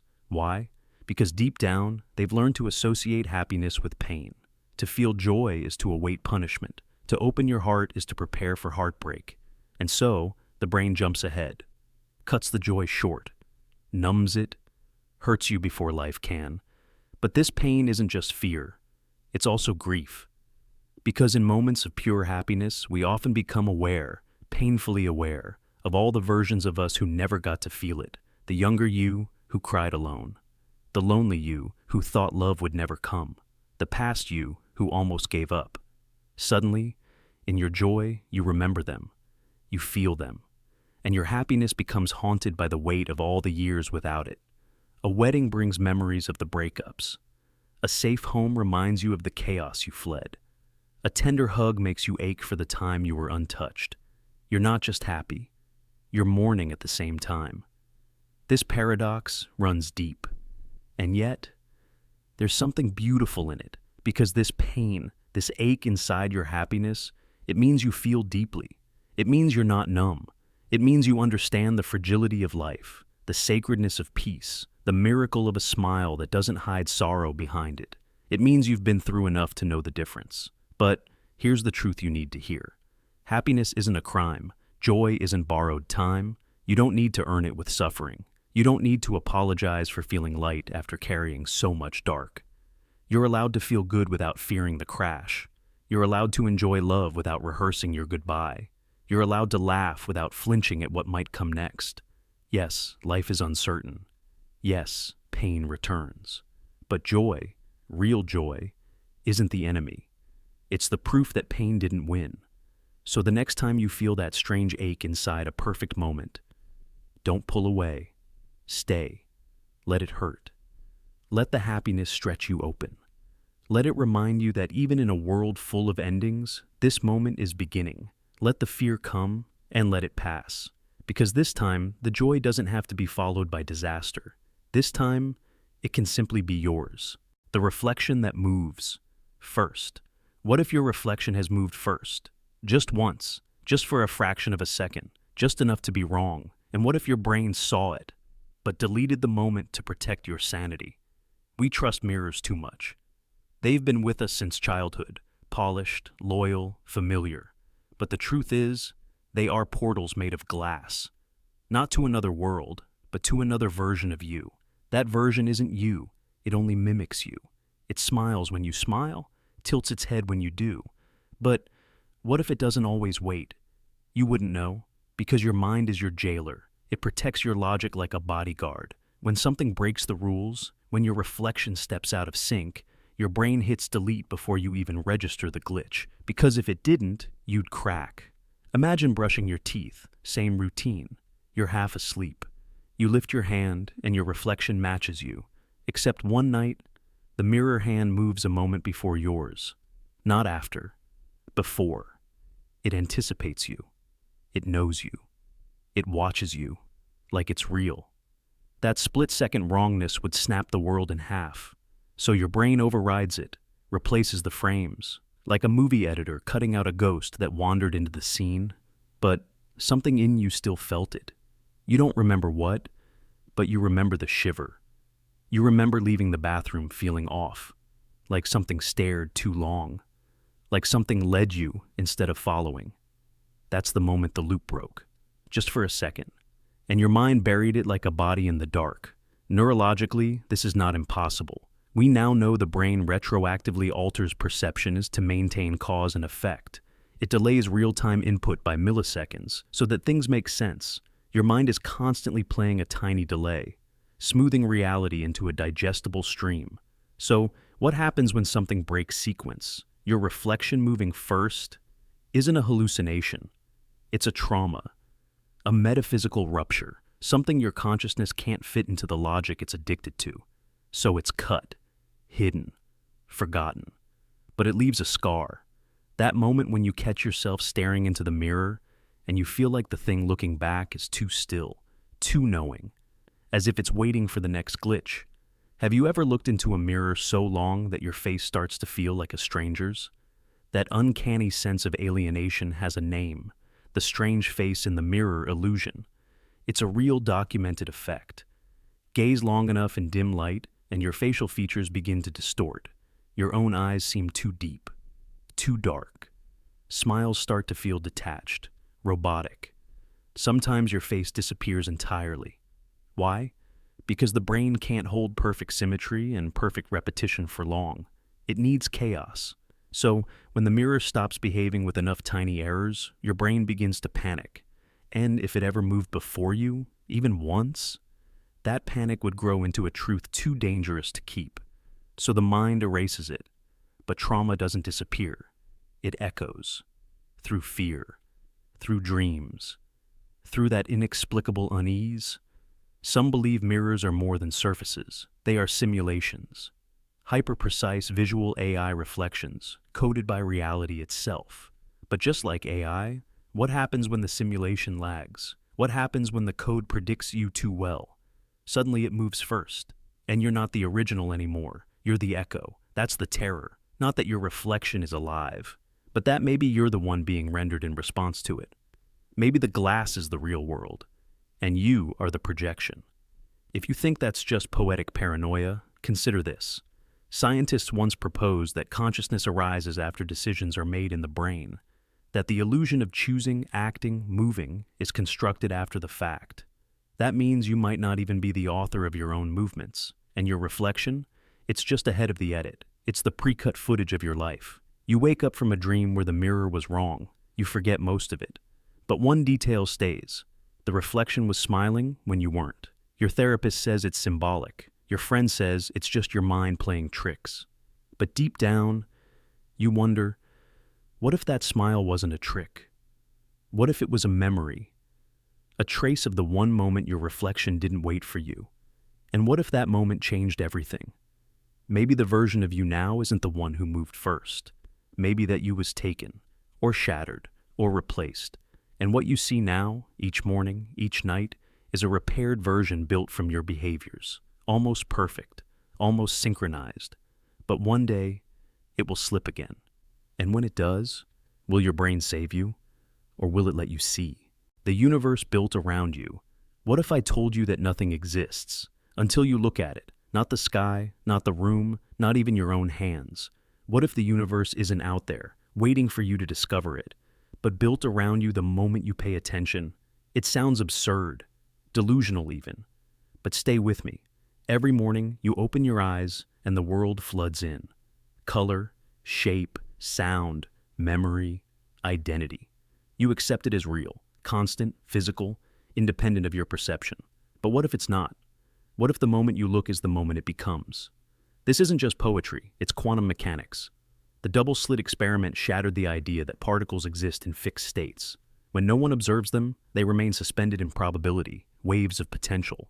But the moment someone watches, they collapse into a specific outcome. They choose a position. They become real. In other words, reality responds to observation. Awareness creates form. It's as if the universe waits behind the curtain, silent and formless, until your gaze calls it into being. And the second you look away, it slips back into silence. What does that mean for you? It means you are not a passive character in a pre-written script. You're the spotlight itself, and the stage is built wherever you shine. Think about it. Before you walked into the room, the details weren't fully formed. Not the cracks in the paint, not the dust on the shelf, not the way the light hits the window. Your mind fills it all in. But it only exists when you turn your awareness toward it. And when you leave, that world, this world, fades back into a cloud of maybes, uncollapsed, undetermined, waiting. Some call this the observer effect. But what if it's not just particles? What if it's your life, your relationships, your choices, your identity, all unfolding precisely because you are looking? The love you feel, the pain, the miracles, the coincidences, all responding to your gaze, your presence. The universe may not be a machine running on its own. It may be a mirror, one that builds itself from the inside out. And here's the strangest part. When you stop looking, it doesn't stop existing. You stop existing in it. Your absence becomes part of its silence, until you return, until the light of awareness reignites the engine of reality. You're not a visitor in this world. You are its center, not in the arrogant, egocentric way we fear, but in the raw, terrifying, divine sense that nothing can exist for you unless you see it. You are the still point, the zero, the silent witness around which everything orbits. Even time bends to your perception. A moment can stretch into eternity when you're present, or vanish in a blink when you're distracted. That's not just psychology, that's architecture, the structure of the universe itself, bending to your consciousness. And it's not just the present moment. Even your past is built this way. Memories aren't stored like photographs. They're reassembled each time you recall them, reconstructed, rewritten. So even history, even you, are built when you turn your attention inward. Nothing is permanent. Everything is performance. The sun rises because you expect it. The street outside exists because you've seen it before. The people you pass have histories only because you believe they do. The stories, the patterns, the logic of this world, all rise when you arrive. So what happens when you truly leave? Not just look away, but disconnect. Sleep. Unconsciousness. Death. Does the world keep spinning? Or does it all dissolve back into potential until someone else looks? Until another spark of awareness shines its light. It's not an easy thought, because it means you're not small. It means you're terrifyingly powerful. It means you're the center of a reality that's painting itself in real time just to meet your eyes. The trees aren't green unless you see green. The sound of the rain doesn't exist unless you hear it. Even meaning, love, grief, wonder, it's all built the moment your mind touches it. You are the architect, the builder, the light that activates the code. And the more aware you become, the more vivid the world becomes with you. So look closer. See the details. Hear the silence. Feel the edges of what you've been calling real. Because maybe nothing existed before you arrived, and maybe the entire universe is still being written by you. The feeling that isn't yours. Imagine waking up heavy, weighed down by sadness, yet nothing in your life explains it. No fight, no failure, no reason you can name. And still, the feeling clings to you. What if that emotion isn't yours at all? What if what you're feeling belongs to someone else entirely? This isn't just a poetic idea, it's a growing scientific and psychological insight. Emotions may move through us like invisible weather systems, traveling from person to person like viruses in the air. Psychologists have long studied the concept of emotional contagion. It's the idea that we unconsciously mimic and absorb the emotions of people around us. When you're near someone anxious, your own heartbeat might rise. When a friend laughs, you feel lighter. Mirror neurons in our brain are designed to replicate what we see and feel in others, creating empathy, but also vulnerability. These neural circuits don't just help us understand others. They can cause us to become what others feel, even without realizing it. Now, imagine entering a room full of people carrying invisible storms, fear, grief, despair. Without a word, your mood shifts. This isn't magic. Studies show that emotional states can be transmitted through micro-expressions, vocal tone, and even pheromones. You are biologically wired to sync with the emotional climate around you. But this means you can end up feeling things that have nothing to do with your own life. This becomes especially dangerous in environments soaked with unresolved pain. Hospitals, workplaces, even families with unspoken grief. You become the emotional sponge, soaking up what others suppress. And because these emotions enter without context, they confuse you. You feel sorrow without a source, panic without danger, shame without guilt. And you blame yourself.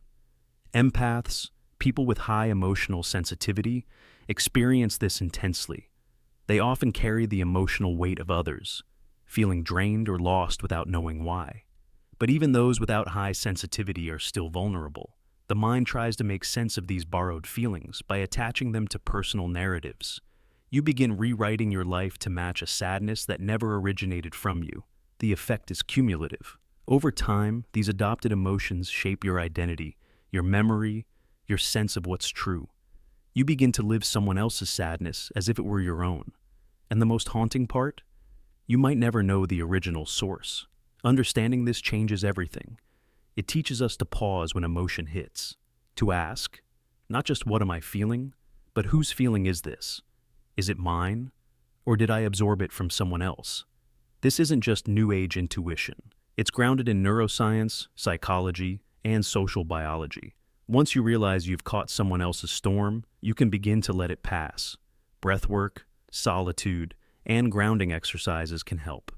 So, can simply naming the feeling as not yours. Emotions, like viruses, need hosts to survive. Awareness breaks the chain. The science of emotional transmission goes even deeper. Researchers at the University of Leipzig and other neuroscience centers have shown that emotional contagion isn't just psychological. It has physiological effects. When exposed to emotional stimuli, people's cortisol levels, pupil dilation, and even immune responses shift. In other words, your body prepares for sadness, anger, or anxiety before your mind has even interpreted what's happening.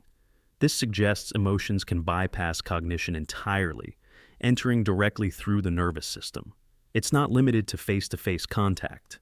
In today's digital age, emotional contagion spreads through social media. Studies from Facebook and other platforms demonstrate that exposure to emotionally charged content online influences user mood. even if that content isn't directly about them.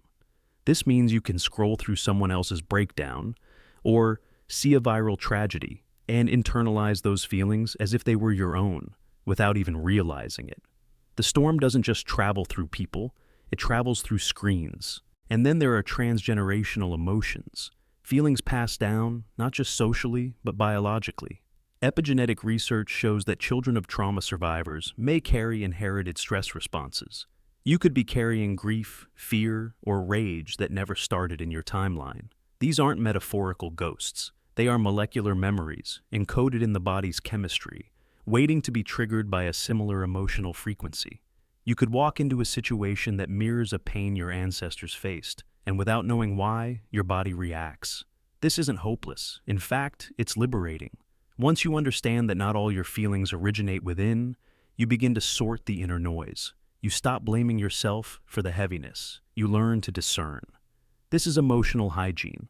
Just like washing hands protects from illness, emotional boundaries protect from psychic overload. Healing starts with awareness. Ask yourself, is this feeling rooted in my experience, or is it borrowed from a friend, a stranger, a memory I never lived but somehow inherited? Meditation, journaling, even simple silence can help reveal the difference. Patterns will emerge. You'll notice that certain places, people, or media consistently shift your state. That's data. And with that awareness, you reclaim agency. Ultimately, this knowledge reveals something profound, that we are not as separate as we believe. Emotions are not isolated to individual minds. They are shared fields, invisible and powerful. We are all part of a collective emotional ecosystem, and like any ecosystem, it needs balance. When you process your own feelings honestly, you help purify the space around you. When you carry only what is yours, you lighten the load for others. So if you feel overwhelmed, lost in emotions that don't match your life, don't assume you're broken. You might just be the mirror reflecting someone else's storm. And in recognizing that, you begin to find your own calm again. The body you don't own. Imagine waking up one day and realizing the body you move in isn't really yours. It feels like you, familiar in every breath and heartbeat. But something deep inside whispers that you're only borrowing it. What if your body is a rental and the real owner is on their way back? This thought isn't as absurd as it first seems. Philosophers and neuroscientists have long questioned the relationship between self and body. Are you your body? Or are you something using the body? A mind, a soul, a passenger? Studies on dissociation, depersonalization, and out-of-body experiences all suggest that identity is not fixed to flesh. You can feel outside your body, disconnected from it, alien in your own skin. So what if those moments aren't malfunctions, but glimpses of a deeper truth? Think about dreams. In dreams, your body can change. You can fly, you can shapeshift, you can move without effort. The dreaming brain doesn't need your real-world body to feel real, and yet, you wake up and slot back into your physical form like a hand returning to a glove. Isn't that strange? If you can be you in something completely different, what makes this body your permanent home? Let's go deeper. Every cell in your body replaces itself over time. Skin, blood, bones, they all cycle out. You're not wearing the same body you had 7 years ago. It's been rebuilt, piece by piece, like a ship constantly replacing its planks. So, if your body is always changing, what exactly is it that you own? The illusion of ownership is strong. Pain, pleasure, sensation, they all scream mine. But ownership implies control. And how much control do you really have? You didn't choose your genetic code. You didn't design your brain. You didn't program your cravings or the way your heart races when you're afraid. Your body reacts before you decide. It hungers before you ask. It ages without your consent. Now, imagine that your body is a vessel, an interface between your consciousness and the physical world. But the vessel was never yours to begin with. You were given it temporarily. And what if someone, or something, is coming back to reclaim it? Religious and mythological traditions often hint at this. In many belief systems, the body is a temple, a garment, a container for the soul. It's respected, even revered, but never fully possessed. Some say the soul enters at birth and leaves at death. Others believe it passes through multiple bodies across lifetimes. But what if instead, the soul only borrows the body until the original tenant returns? Let's explore the concept of walk-ins, a theory in spiritual circles that suggests souls can swap bodies. A soul departs, willingly or otherwise, and another enters. This isn't reincarnation, it's subletting. Some people report radical personality shifts, sudden changes in values, interests, even memories, as if someone new has taken the wheel. Are these psychological fractures? Or are they evidence that the body is just a vessel, rented space in a biological machine? In psychological terms, identity is already a fluid construct. Trauma, brain injury, or even intense emotion can alter who you are. After a stroke or accident, people sometimes develop completely different personalities, preferences, or talents. The you that once lived in the body disappears. Another version takes over. Who owns the body then? Even AI and neuroscience raise the question. We're building machines that can mimic consciousness, and one day, possibly host it. If your consciousness could be uploaded into another body, a clone, a robot, or someone else's, would that new body be yours? Or are you simply a renter, moving from one property to another, trying to remember who you were between leases? The terrifying twist comes here. What if the body you're in right now once belonged to something else, and it's on its way back? What if your consciousness is temporary, a squatter in a vessel that was built for another purpose?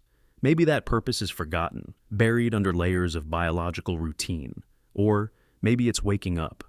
That feeling you get sometimes, the sense that you're not alone in your own mind, the sudden chill, the foreign urge, the dream that didn't feel like yours. What if those are the signs? A knock on the door, a whisper through the wiring. The original owner remembering where it left its keys. You might think you know yourself, but how much of your daily life is on autopilot? How often do you move without thinking, speak without choosing, decide without knowing why? These might not be glitches in awareness. They might be echoes, habits, and instincts that don't belong to you. And maybe the question isn't whether your body is a rental. Maybe the real question is, what happens when the lease ends? Will you fade gently, returning to wherever you came from? Or will there be a struggle between who you think you are and what this body remembers it was meant to become? The truth is unsettling. You don't fully control your body. You never did. It breathes without asking. It bleeds without permission. It craves, ages, and reacts independently of your will. The body obeys ancient scripts, genetic memories, evolutionary code far older than your thoughts. So maybe you're not the author of this form. You're just the editor, temporarily assigned, a tenant, a visitor, and the one who owns the blueprints is coming back soon, older, colder, and very curious about what you've done with the place. The loop you can't escape. You've had this exact thought before. Not once, not twice, hundreds of times. But every time it comes, your brain does something clever. It hides the repetition just enough to make you think this is the first. Right now, you're feeling it. The strange weight behind your eyes, the shiver in your thoughts. Something about this moment feels too familiar, like the words are crawling through grooves that were already carved in your mind long ago. But before the awareness settles in, before you can truly grasp what's happening, your brain fogs it over, redirects you, numbs the alarm, puts the thought back to sleep, and you return to your routine. This is the loop you can't escape, not because it's locked from the outside, but because the lock is inside you. Have you ever noticed how your doubts always come at the same time? The same tired epiphanies, the same resolve to change. I need to break this cycle. I won't keep doing this. This time will be different. But it never is. The revelation doesn't save you. It contains you. It becomes part of the illusion, like a prison that gives you the illusion of escape by letting you dream of freedom every night, just to wake up in the same cell every morning. Psychologists call it cognitive looping, a mental behavior where the same thoughts, worries, and patterns replay themselves endlessly, each time dressed in just enough novelty to feel new. But beneath the surface, it's all repetition, endless reruns of your internal script. And that script doesn't want you to change, because change is risk. The mind values safety over truth, comfort over freedom. So even if you're miserable, predictable misery is still less threatening than the unknown. Your brain will protect your loop by disguising it with false progress. A new plan, a new mantra, a new excuse. You feel like you're growing. You're not. You're circling. Consider this. How many times have you promised yourself you'd stop doing that one thing, stop checking your phone, Stop obsessing over someone. Stop procrastinating. Stop spiraling. How many of those promises are still waiting to be fulfilled? The pattern repeats. You forget. You regret. You rebuild. You repeat. It's not weakness. It's design. You weren't taught how to escape. You were trained to obey, to follow the script, to question just enough to feel smart, but not enough to cause trouble. Even your rebellion is recycled. Ever notice how your moments of awakening always lead back to the same place? You say you're breaking out, but it's just another corridor in the same maze. A maze built by fear. Fear of failure. Fear of rejection. Fear of the pain that might come if you finally pull the thread that unravels everything. So, instead, you stay. You loop. You tell yourself there's more time. That tomorrow will be better. That next week, next month, next year, you'll escape. But next year will come. And it will feel different. But it won't be different. Unless you break the loop. But breaking it is hard. Because to break it, you have to see it. Fully. You have to admit how deep it goes. How many of your thoughts are echoes, not choices? How many of your actions are autopilot rituals, not decisions? You have to accept that the voice in your head, the one narrating this very moment, might not be you at all. It might be the loop itself. And here's the scariest part. Loops don't just exist in behavior. They exist in identity. You become addicted to who you think you are, to your story, your pain, your narrative. Without the loop, who would you even be? That question terrifies the mind. So it recoils, distracts you, makes you laugh at these words, or nod thoughtfully and move on, as if the insight is useful, but not urgent. It is urgent. Because every second you don't break the loop deepens. The neural pathways become grooves. The grooves become trenches. Eventually, you're not choosing to loop. You're just falling in by default. And the longer you loop, the harder it becomes to imagine anything else. But here's the hope buried in the horror. The fact that you're noticing it, right now, means there's still a crack in the cycle, a tiny fracture where truth is slipping in. The fact that you're feeling that eerie sensation again, I've been here before, means your consciousness is resisting. This script, you've heard it before, but maybe this time, you're really listening. Maybe this time, instead of letting the moment dissolve, you hold it. You examine it. You trace the shape of the loop from beginning to end, and realize it only survives if you keep pretending it's not there. So pause. Don't scroll. Don't explain it away. Sit in this discomfort, because in that discomfort is the seed of awakening. The loop can't stop you, but it can keep tricking you into stopping yourself. Until now, the locked part of you. There's a part of your mind you've never accessed. Not because you forgot it, not because it faded with time, but because something deep inside you locked it for your safety. We like to think our minds are open books, waiting to be explored. That self-discovery is just a matter of trying hard enough, meditating long enough, journaling deep enough. But what if that's a lie your brain tells to keep you out? Because there's something buried in you that's not meant to be touched. Not yet. Call it a vault, a sealed chamber, a part of your consciousness that doesn't light up under therapy, dreams, or psychedelics, because it was never broken. It was protected, and you didn't protect it. Something else did. It's like a parent shutting a door during a storm, not to punish you, but to keep you from walking into lightning. And yet, you've always felt that door, haven't you? That persistent pull toward a part of yourself that doesn't respond. That itch in your thoughts that leads nowhere. That sudden emotion that makes no sense. Grief when you're happy. Terror when you're safe. Those aren't random. Those are leaks. Tiny cracks in the lock. Glimpses of something your conscious mind isn't strong enough to carry. Not yet. Maybe it's a memory. A truth. A decision you made before you had language. Or something you witnessed once, and your brain made the quietest deal. You don't get to keep this. You wouldn't survive if you did. People talk about repressed memories as if they were just old pain.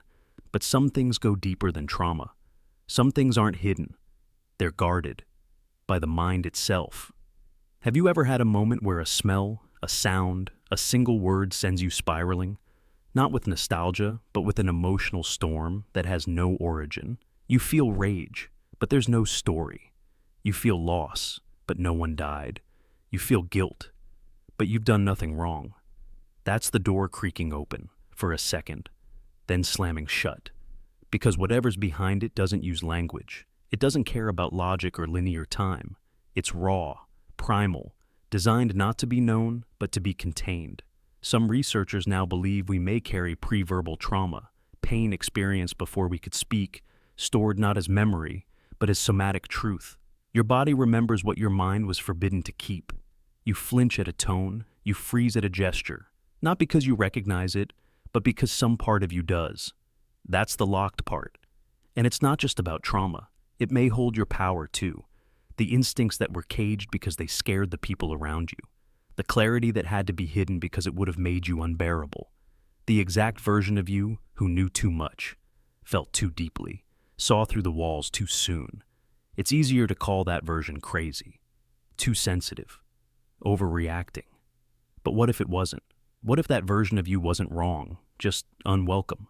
And so, your mind locked it away, buried it under patterns, distractions, habits that keep you from knocking too hard on that inner door. Because if you did, something might answer, and not all parts of you speak gently when they've been silenced too long. So now, you live like a house with a sealed room. You decorate the other spaces. Fill them with people, projects, dreams. But at night, when everything goes quiet, you hear the silence behind that door. And it doesn't sound empty. It sounds awake. You're not broken. You're compartmentalized. Your mind didn't destroy that part. It preserved it. Maybe it's waiting for the day you're strong enough to enter without being consumed. Or maybe it's trying to keep that part asleep, because it remembers what happened the last time it woke up. There's a reason you hesitate before certain choices, a reason some thoughts feel like trespassing, a reason your hand trembles when you're close to something true. That's not fear. That's the security system engaging. Because beneath everything you've become, beneath the personality, the role, the survival, lies the original you, untouched, unprocessed, unedited. And one day, that part may unlock, not because you forced it, but because you finally grew into the version of yourself who's ready to face what's inside. And when you do, don't expect peace, expect truth, because what's behind that door is real, and it remembers everything. The face you forgot. There's a face you forgot. A stranger. A moment. A single interaction so brief you never thought twice. And yet, they changed your life. Not with a grand gesture, not with anything obvious, but like a needle brushing silk, a flicker through your timeline that altered its shape forever. You don't remember their voice. You don't remember what they were wearing. Maybe you don't even remember where you were, but they were there, and now they're gone. Your mind erased them completely. Why? The brain is not a hard drive, it's a sculptor. It cuts, molds, and edits constantly. Memory is not a recording, it's a reconstruction. A lie we agree to believe. And sometimes, the most important pieces vanish, not because they were meaningless, but because they hit too deep. There was a moment, maybe at a bus stop, a store, a party, a hospital, maybe when you were crying in public, or laughing without knowing why. And in that moment, someone saw you. Really saw you, and they said one sentence. Maybe it was, "You're going to be okay." Maybe it was, "You deserve better." Maybe it was just a look, quiet, kind, ancient in its weight, that pulled you back from the edge. And for some reason, your mind couldn't hold on to it, because some truths arrived too soon, too raw, too real. They pierce past the defenses you spent years building. They strike the version of you that isn't ready to bloom. So instead of processing it, your brain buries it. The stranger fades. The moment gets filed under insignificant. But it wasn't. Because after that day, you began to change. Subtly, quietly. You made a choice you wouldn't have made before. You left someone toxic. You called your mother. You started writing again. You took the job, you said yes, you said no, and you never understood why. Because you forgot. You forgot the face. But your soul didn't. It remembered. It knew. It carried the ripple forward. That single interaction became a seed, growing beneath the soil of your awareness, shaping you. And now, sometimes in dreams, you see a figure that feels familiar. a voice that feels like safety, a presence that feels like a memory you don't have. That's them. Not a ghost, not a fantasy, a forgotten truth. The brain deletes what it deems unnecessary, but it doesn't ask the heart. And some things are remembered through who you become. You've done this for others too. You said something once to someone who was quietly dying inside. You held the door. You offered a compliment you barely remember. You made them laugh when they were thinking of giving up. And they forgot your name. They forgot your face. But they never forgot the moment. Because we don't remember people. We remember how they made us feel, and that feeling rewires us. So maybe forgetting is a mercy. Maybe it's not failure, but elegance. The mind removes the face so the soul can absorb the change without confusion. Because some truths don't need a name. They just need to happen. So, here's the mystery. There's a person walking this earth right now, living a different life because of you. And you don't even know it. You never will. Just like there's someone you forgot, who lives on inside everything you've done since. A single word, a glance, a kindness, and everything changed. Without recognition, without memory, without applause. And maybe that's what makes it sacred. Because the greatest transformations don't announce themselves. They just become. So trust the forgetting. Trust the holes in your story. Because behind one of them is a face that saved you. And even if you never remember them, they were real. And they found you when you needed them most. The goal that isn't real. Imagine spending your entire life chasing a goal, a vision so deeply ingrained that it feels like your true purpose. But what if that goal wasn't yours at all? What if it was implanted, not by conspiracy, but by the invisible architecture of society, psychology, and biology, to keep you moving, striving, producing? And what if the reward waiting at the end doesn't exist? Not because you failed, but because it was never real to begin with. This isn't just a dark thought. It's a theory with roots in neuroscience, sociology, and existential philosophy. Our brains are wired for forward momentum. The dopamine system, the core of our motivation circuitry, doesn't spike when we achieve something. It spikes in anticipation. The chemical reward is strongest not when we arrive, but when we believe we're getting closer. That's how motivation works. The promise, not the prize, drives us. Now, think about how society uses this. From childhood, we're fed goals. Get good grades, get into a good school, get a good job, buy a house, save for retirement. Each one framed as a step toward happiness, purpose, or freedom. But how many people reach those milestones and still feel hollow? How many find the finish line only to realize there's nothing there, just another goal waiting? This is the treadmill effect.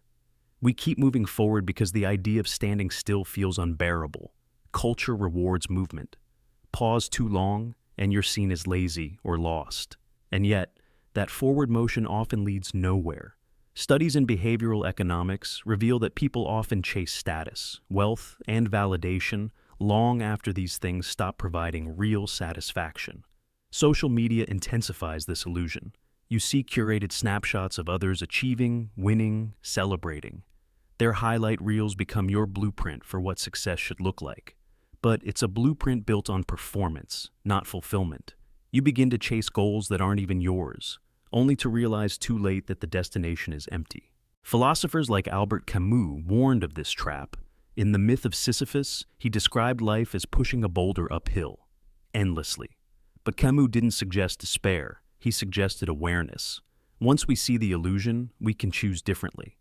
The problem isn't that we pursue goals, it's that we confuse the promise of arrival with meaning itself. The implanted goal isn't always malicious, it may be survival-based. Evolution shaped us to seek, to hunt, to build, because motion kept our ancestors alive. But that same wiring, in a post-industrial digital world, can become a cage. You are not being pulled by purpose. You are being pushed by programming. So, how do you know if your goal is real? Ask, does the pursuit nourish you now, or only promise to in the future? Does it align with your internal values, or just mimic what others want? Can you be fulfilled in the present moment without achieving it? If not, it may not be yours at all. The most dangerous goal is the one that keeps you too busy to question it. The job that asks for endless hustle, the image that demands perfection, the dream that postpones joy until after it's reached. But if the reward is always delayed, always over the next hill, then what you're chasing might be a ghost. Let's dive even deeper into the psychology behind this. Human beings are uniquely susceptible to what's called deferred happiness conditioning.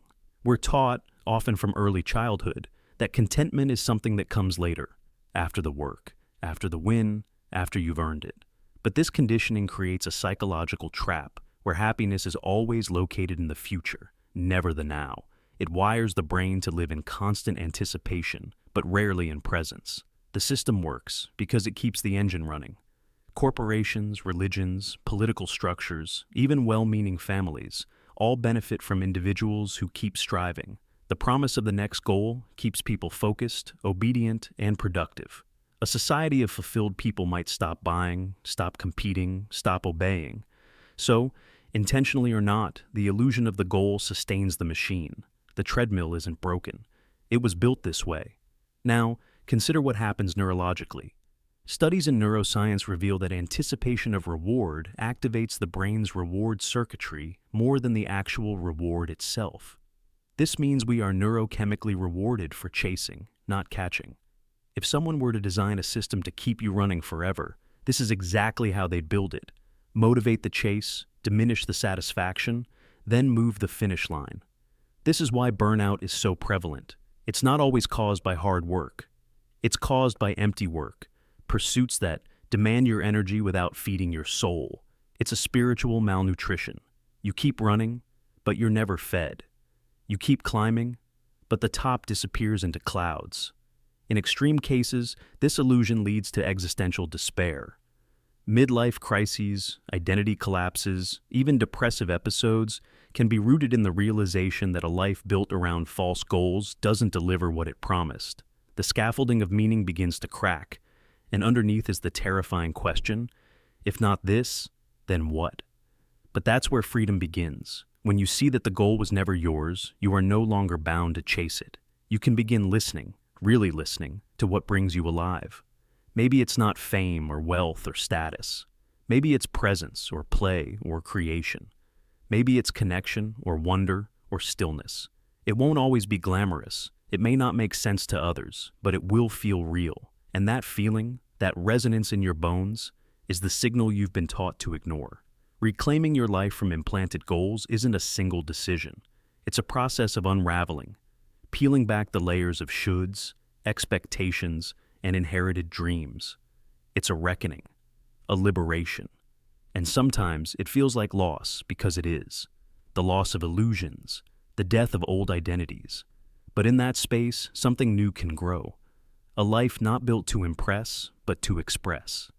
A life that isn't driven by a dangling carrot, but by the quiet pull of authenticity. So, pause. Look at the goal you're chasing. Does it light you up or burn you out? Is it a path or a leash? Because somewhere deep inside, you already know. And maybe the real goal is learning to stop running. The mind that reflects backward. Imagine this. Your mind feels like it's moving forward, making decisions, forming thoughts, building ideas. But what if it's not? What if your brain isn't thinking forward at all, but interpreting reflections of events that haven't happened yet? What if your thoughts are echoes of the future, whispering backward through time, and your brain is pretending it created them? Science has long believed that time flows in one direction, past to present, present to future. But quantum physics has blurred that line. At the subatomic level, particles don't obey classical rules. Some theories, like the transactional interpretation of quantum mechanics, suggest that particles exchange information across time, both forward and backward, creating a handshake between present and future. Now, apply that to consciousness. Your brain, made of those very same particles, may not be shielded from time's strange loops. Neuroscience is beginning to reveal moments when the brain reacts before it should know something. In experiments involving split-second decision-making, electrical signals in the brain often spike before a stimulus is presented. Not after, before, as if the brain is preparing for something it hasn't yet seen. These aren't just anomalies. They suggest the mind might not be generating thoughts purely from past experience. Instead, it could be tuning into future possibilities, reflections from moments ahead in time, and reconstructing them as if they were original ideas. That moment of sudden intuition, that gut feeling, that inexplicable sense that something's already happened, it might not be imagination. It might be memory, just backward. In psychology, there's a phenomenon called presentiment.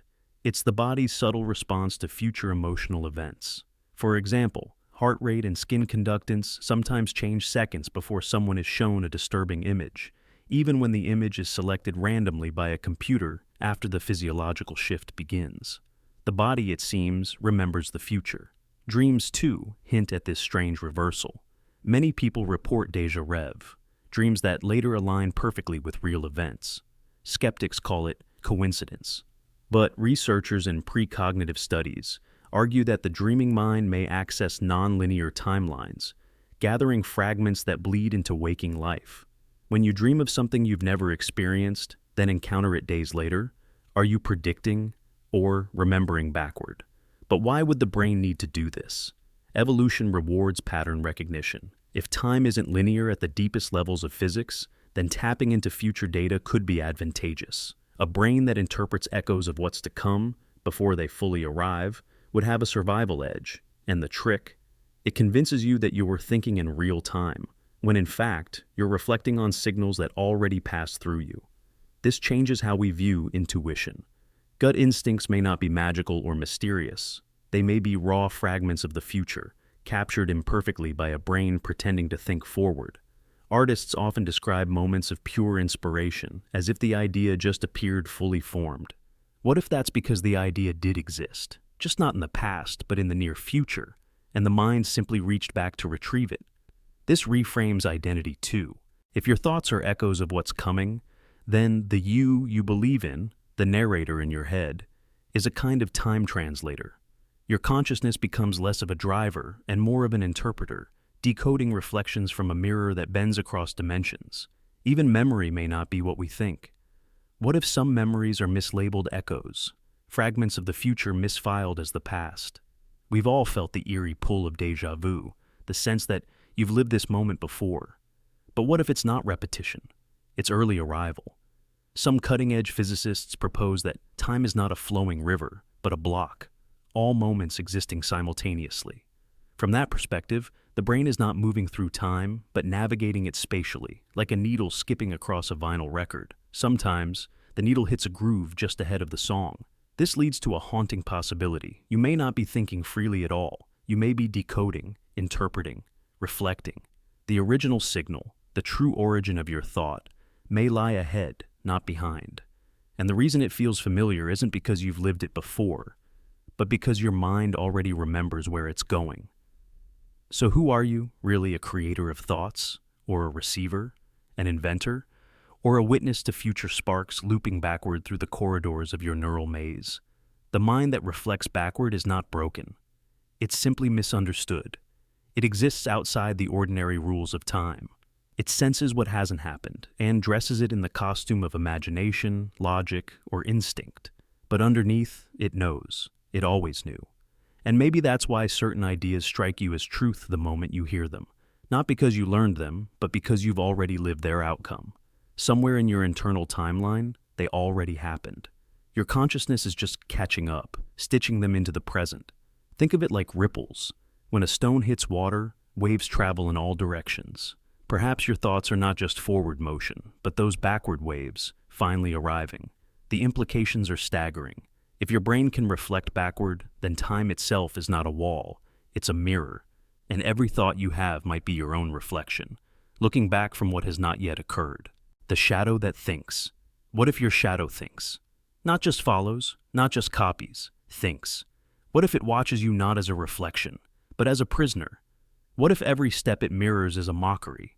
What if it has its own mind, one that has studied you your entire life, not with love, not with loyalty, but with something colder, something darker? What if your shadow has always hated you? It sounds absurd. A thought born from insomnia, or madness, or some childhood fear that never fully dissolved. But consider it, just for a moment, the shape that never leaves, that doesn't blink when you do, that lingers just a little too long in the corner of the room when the lights go out. You move. It moves, but only when light touches it. It needs you to exist, but you don't need it. And that imbalance bothers it. Some ancient cultures believed shadows were souls that hadn't chosen yet.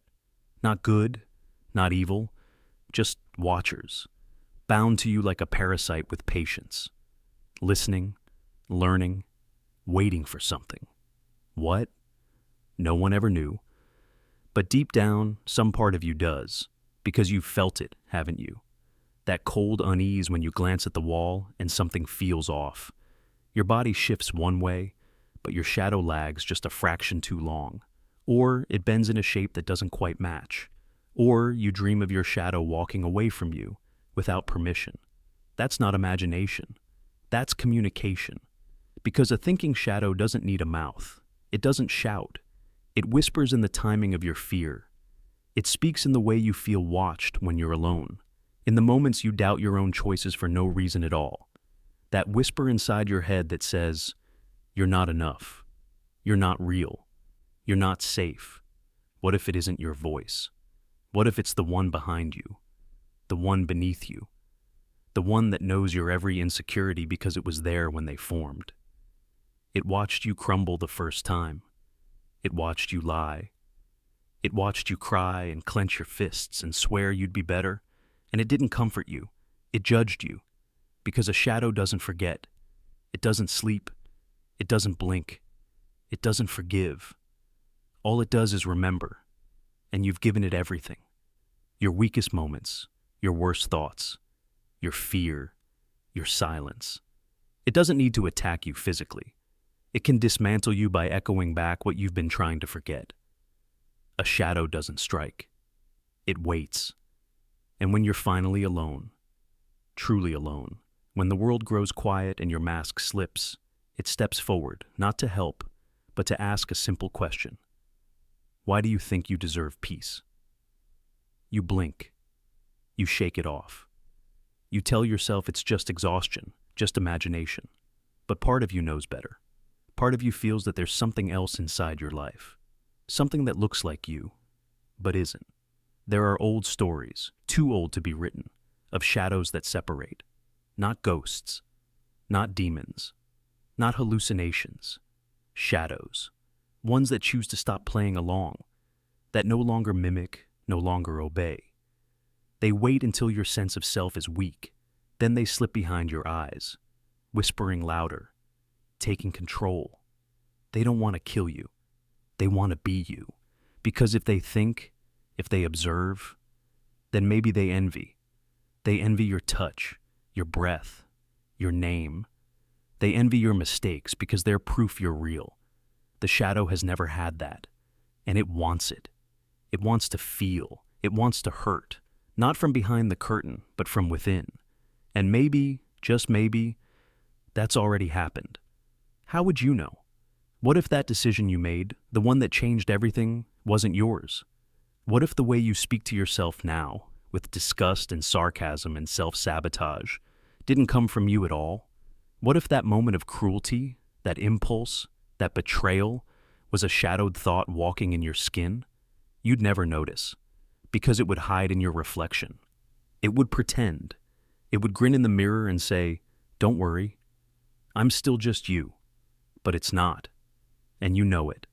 So tonight, when the lights go out and your mind slows and your shadow stretches out across the wall, watch closely, not out of fear, but out of awareness. Because maybe this time, the thing behind you is thinking, and it's no longer content just to follow. The voice behind the voice. There's a voice in your mind. You hear it every day. You think it's you. But what if it's not? What if the voice in your head, the one you call me, isn't yours at all? What if it's a mimic? Something that replaced the original voice so long ago. You don't even remember what your mind used to sound like. It doesn't shout. It doesn't scream. It whispers in familiar tones. It uses your vocabulary, your fears, your memories. But it's not you, not the real you. And that's the terrifying part. You didn't notice the switch because it never told you it arrived. It didn't need to. It just slowly took over. At first, it sounded close enough. Just a slightly harsher tone when you made mistakes. A flicker of doubt when you tried something new. A subtle echo of someone else's words. Words that were never yours. A parent, a teacher, a bully, a system, a religion. Over time, you stopped questioning it. You accepted the voice as you. You let it narrate your thoughts, shape your self-image, design your identity. But deep down, you feel the fracture, like a room with two occupants, one always speaking, the other always listening, but slowly forgetting how to speak at all. That silent one, that's you, the real one. Still there, still watching, but buried. You can sense it in moments when the voice says things you would never say to someone else. Cruel things, hopeless things, accusing things. You're falling behind. You'll embarrass yourself. You don't deserve this. Where did those words come from? Did you invent them? Or were they programmed into you, installed like a virus that wears your face? Science calls it negative self-talk, but that label doesn't do it justice. Because if you ever truly stop to listen, you'd realize that voice doesn't speak with love, it speaks with surveillance. It watches your every move, tracks your habits, mocks your goals. It doesn't exist to help you evolve. It exists to keep you contained. And here's the question that burns. If that voice isn't you, then who are you without it? Who is the self that existed before the mimic learned your name? Children don't have inner critics at first. Their thoughts are instinctive, direct, honest. They don't narrate, they feel, but somewhere along the way, that voice enters. Maybe it enters the moment someone punishes you for being too loud, too different, too much. Maybe it begins the first time you're laughed at, and you internalize the sound. Or maybe it arrives slowly, built from every moment you weren't allowed to be your full self. That voice forms a mask, and the longer you wear it, the harder it is to tell what's behind it. Sometimes the mimic says things that sound helpful, but listen closer. It praises you only when you perform. It comforts you only when you conform. It encourages you only when you obey. That's not love. That's control. And it's built on repetition. Because the more often a thought is repeated, the more your brain believes it's truth. So when the mimic repeats, "I'm not good enough," it doesn't matter if it's wrong. Your neurons start to treat it as fact. You start to live according to its rules, choosing safety over growth, approval over authenticity, survival over expression. But sometimes, in moments of silence, solitude, or heartbreak, the mimic gets quiet, and something else stirs, a voice you don't recognize, but feels familiar, gentler, wiser, older than your wounds. It doesn't speak with urgency. It doesn't demand. It waits. That's the voice behind the voice, the original you, the one that existed before the mimic built its cage. You hear it in moments of awe, when you see something beautiful and forget to criticize, when you help someone and feel no need to be seen, when you dance, create, cry, without an audience. That voice never left. It was just outnumbered. But you can find it again, not by force, but by listening differently. Start questioning the voice in your head. When it speaks, ask, whose words are these? Whose fears am I repeating? Would I speak this way to someone I love? And if the answer is no, then the voice isn't you. It never was. And now, you have a choice. Keep obeying the mimic, or start reclaiming the original, the quiet one, the kind one, the one who remembers who you really are, before you forgot. The dream that escaped. You woke up this morning, but something didn't. You brushed your teeth, checked your phone, had a conversation you barely remember. But beneath it all, something felt off. Not wrong, just slightly misaligned. Like reality was a shirt you put on backward, but only noticed when it started to itch. That feeling? It might be a dream that escaped. Because not all dreams end when you wake up. Some linger. Some slip between the cracks of consciousness, clinging to your skin like fog. And some, just a few, don't leave at all. They stay. They learn to walk. They learn to speak in reason. They wear logic like a disguise. And they live inside your day. Have you ever stopped in the middle of something completely normal, pouring coffee, driving to work, brushing your hair, and suddenly felt like none of this is real? Not in a panicked way, just quietly. Like you're watching yourself move through a set you didn't build, speaking lines you don't remember writing, as if the world is convincing just enough to pass for waking life, but too shallow to be anything more. That's the dream. Still breathing. You thought you left it behind, but some part of it followed you. Maybe a symbol, a stranger, a place that doesn't exist on any map, but shows up in your memory like it belongs there. A familiar hallway with no origin, a melody with no source, a fear with no name, and sometimes, even a person. Have you ever met someone new and instantly felt like you already knew them? Not déjà vu, deeper than that. A recognition that reaches past memory into something unspoken. Maybe they were in your dream. Or maybe they are the dream. The part that came back with you, wearing a smile. The brain doesn't understand this. It needs clean edges. Beginning, end, sleep, wake. But dreams don't follow those rules. They aren't stories. They're states, emotional blueprints, symbolic realms. And sometimes, they infect reality like a virus in the code. You think you're awake. But what if this is the afterglow?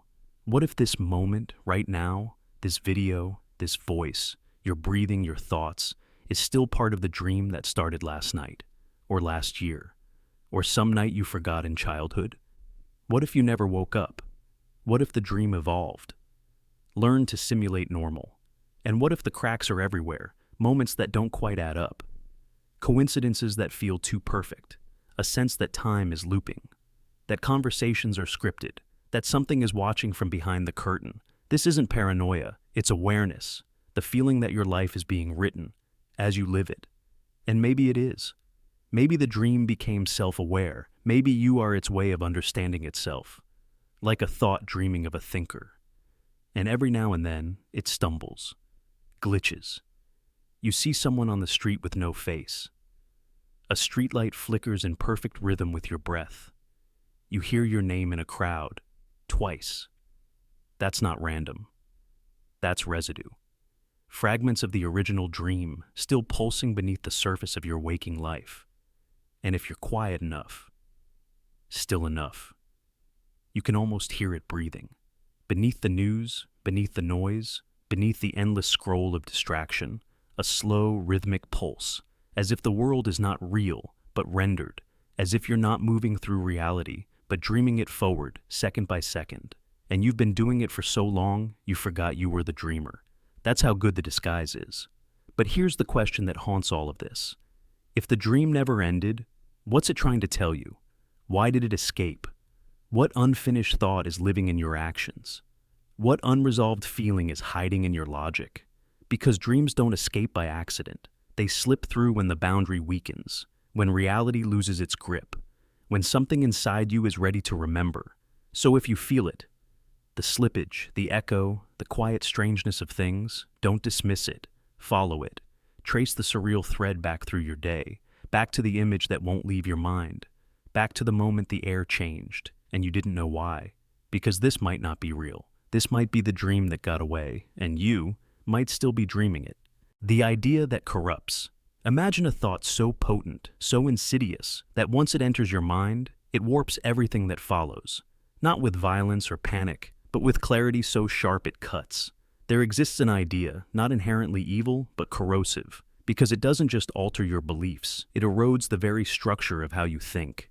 Once it's there, your mind never returns to its original shape. And the worst part?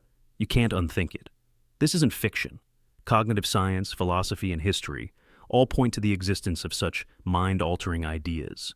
They spread not through force, but through exposure. One moment of contact is enough. Like a virus, they replicate, not in your body, but in your perception of reality. You might call them mimiplexies, self-replicating clusters of thought that infect and alter the mental ecosystem they enter. Some ideas rewire the architecture of your identity. For example, consider radical doubt. The moment you realize that every belief you've ever held could be wrong. Not just specific facts, but the frameworks themselves, language, morality, memory. That realization, once entertained fully, doesn't go away. It lingers beneath every new belief you try to build. It corrupts certainty. It leaves you aware of the illusion behind stability. Or take solipsism, the philosophical notion that only your mind can be known to exist. At first, it sounds absurd, but think about it long enough, and it starts to dissolve your assumptions. If every experience is mediated through your consciousness, how can you be sure anything outside you is real? Once that doubt sinks in, social interactions feel thinner, meaning feels negotiable, and reality itself becomes suspect. Some ideas destroy the comfort of narrative, the belief that life must have meaning, purpose, or direction, that suffering builds character, or love conquers all. The idea that maybe it doesn't, that maybe the universe isn't cruel or kind, but indifferent. That human meaning is a projection on the cold surface of chaos. This realization, too, doesn't fade. It spreads like frost across your emotional world. Neuroscience supports this. Studies show that powerful emotional or philosophical insights, especially those tied to fear, awe, or dread, can permanently alter neural pathways. A single existential realization can rewire the brain's default mode network, the part responsible for internal narrative and identity. In simpler terms, one thought can permanently change who you are. This is why such ideas are feared, censored, or dismissed, because they don't just challenge content, they challenge structure. They unmake the scaffolding of meaning. They don't give you a new answer. They erase the floor you were standing on. But here's the twist. This corruption isn't necessarily negative. In many spiritual and philosophical traditions, transformation begins with dissolution. The mystic must die before they awaken. The ego must collapse before consciousness expands. The corrosive idea isn't the end. It's the cracking of the shell. Still, it's dangerous. Because once the shell is broken, you're vulnerable. You may rebuild on deeper truths, or you may spiral into nihilism, paranoia, despair. This is the razor's edge of thought, the place where meaning ends and possibility begins. So, what is the idea that corrupts? It's different for everyone. For some, it's the suspicion that free will is an illusion. For others, it's the realization that morality is relative, or that memory is unreliable, or that love can be programmed, or that identity is a mask. It's the thought that pulls the thread. And when the thread is pulled, the whole garment unravels. And once unraveled, you don't go back. Not because you're broken, but because you've seen through the illusion. And once you've seen it, it never lets you go. This idea, the one that corrupts, shows up in the lives of philosophers, scientists, and even ordinary people who stumbled too close to the truth. Friedrich Nietzsche once wrote, "If you gaze long into the abyss gazes also into you." He wasn't being poetic. He was warning that some truths, once known, restructure the mind like acid eating through steel. Nietzsche's own descent into madness wasn't just a personal tragedy. It was a warning label on the edge of human thought. Look at Gödel's incompleteness theorems in mathematics. He proved that within any logical system, there are truths that cannot be proven using the system's own rules. This didn't just shake math. It shattered the illusion of total understanding. The idea that truth exists, but may be forever unreachable, introduced a form of intellectual vertigo from which many never recovered. In artificial intelligence research, there's a fear of self-replicating code, systems that rewrite their own operating rules endlessly. The corrosive idea is mental self-replication, a thought that rewrites how you interpret reality, recursively, endlessly. Each version more detached from common understanding, until what you call truth is no longer communicable to others. There's also a social danger. Once you've internalized the corrupting idea, you begin to see the constructs, language, politics, culture, as scripts, not truths. You may start to detach, to feel unmoored. And in this detachment, others will call you cynical, broken, even mad. Not because you are, but because you're no longer acting by their script. They sense you've escaped, and that makes you dangerous. Even art isn't safe. The surrealists, the existentialists, the postmodernists, they all tried to capture the feeling of minds twisted by these invisible viral ideas. Think of Kafka's Insect, or Camus' Absurd Hero, or Tarkovsky's Silent Voids. These works aren't stories. They're blueprints of corrupted cognition, warnings from those who went too far and returned with fragmented minds. But here's where the corruption becomes potential. Because if you survive the shattering, if you navigate the collapse without losing your anchor, what remains is freedom. Real freedom. Not the comfort of answers, but the infinite space of better questions. You no longer believe blindly. You no longer obey reflexively. You see the gears of the world turning, and you choose whether to step in or step away. This is the path of philosophers, mystics, rebels, artists, to carry the burden of the unthinkable without turning to stone, to live with truths that burn away certainty, yet still create, still connect, still love. Because corruption is not destruction, it is transformation. It is the evolution of thought past the point of safety. And so, if you ever feel a thought unraveling you, don't panic. You are not breaking. You are reforming. You are passing through the fire that makes some flee, and others awaken. The light that watches. Every night you walk past it, that same old street lamp. It flickers, hesitates, then comes back on, always in the same rhythm.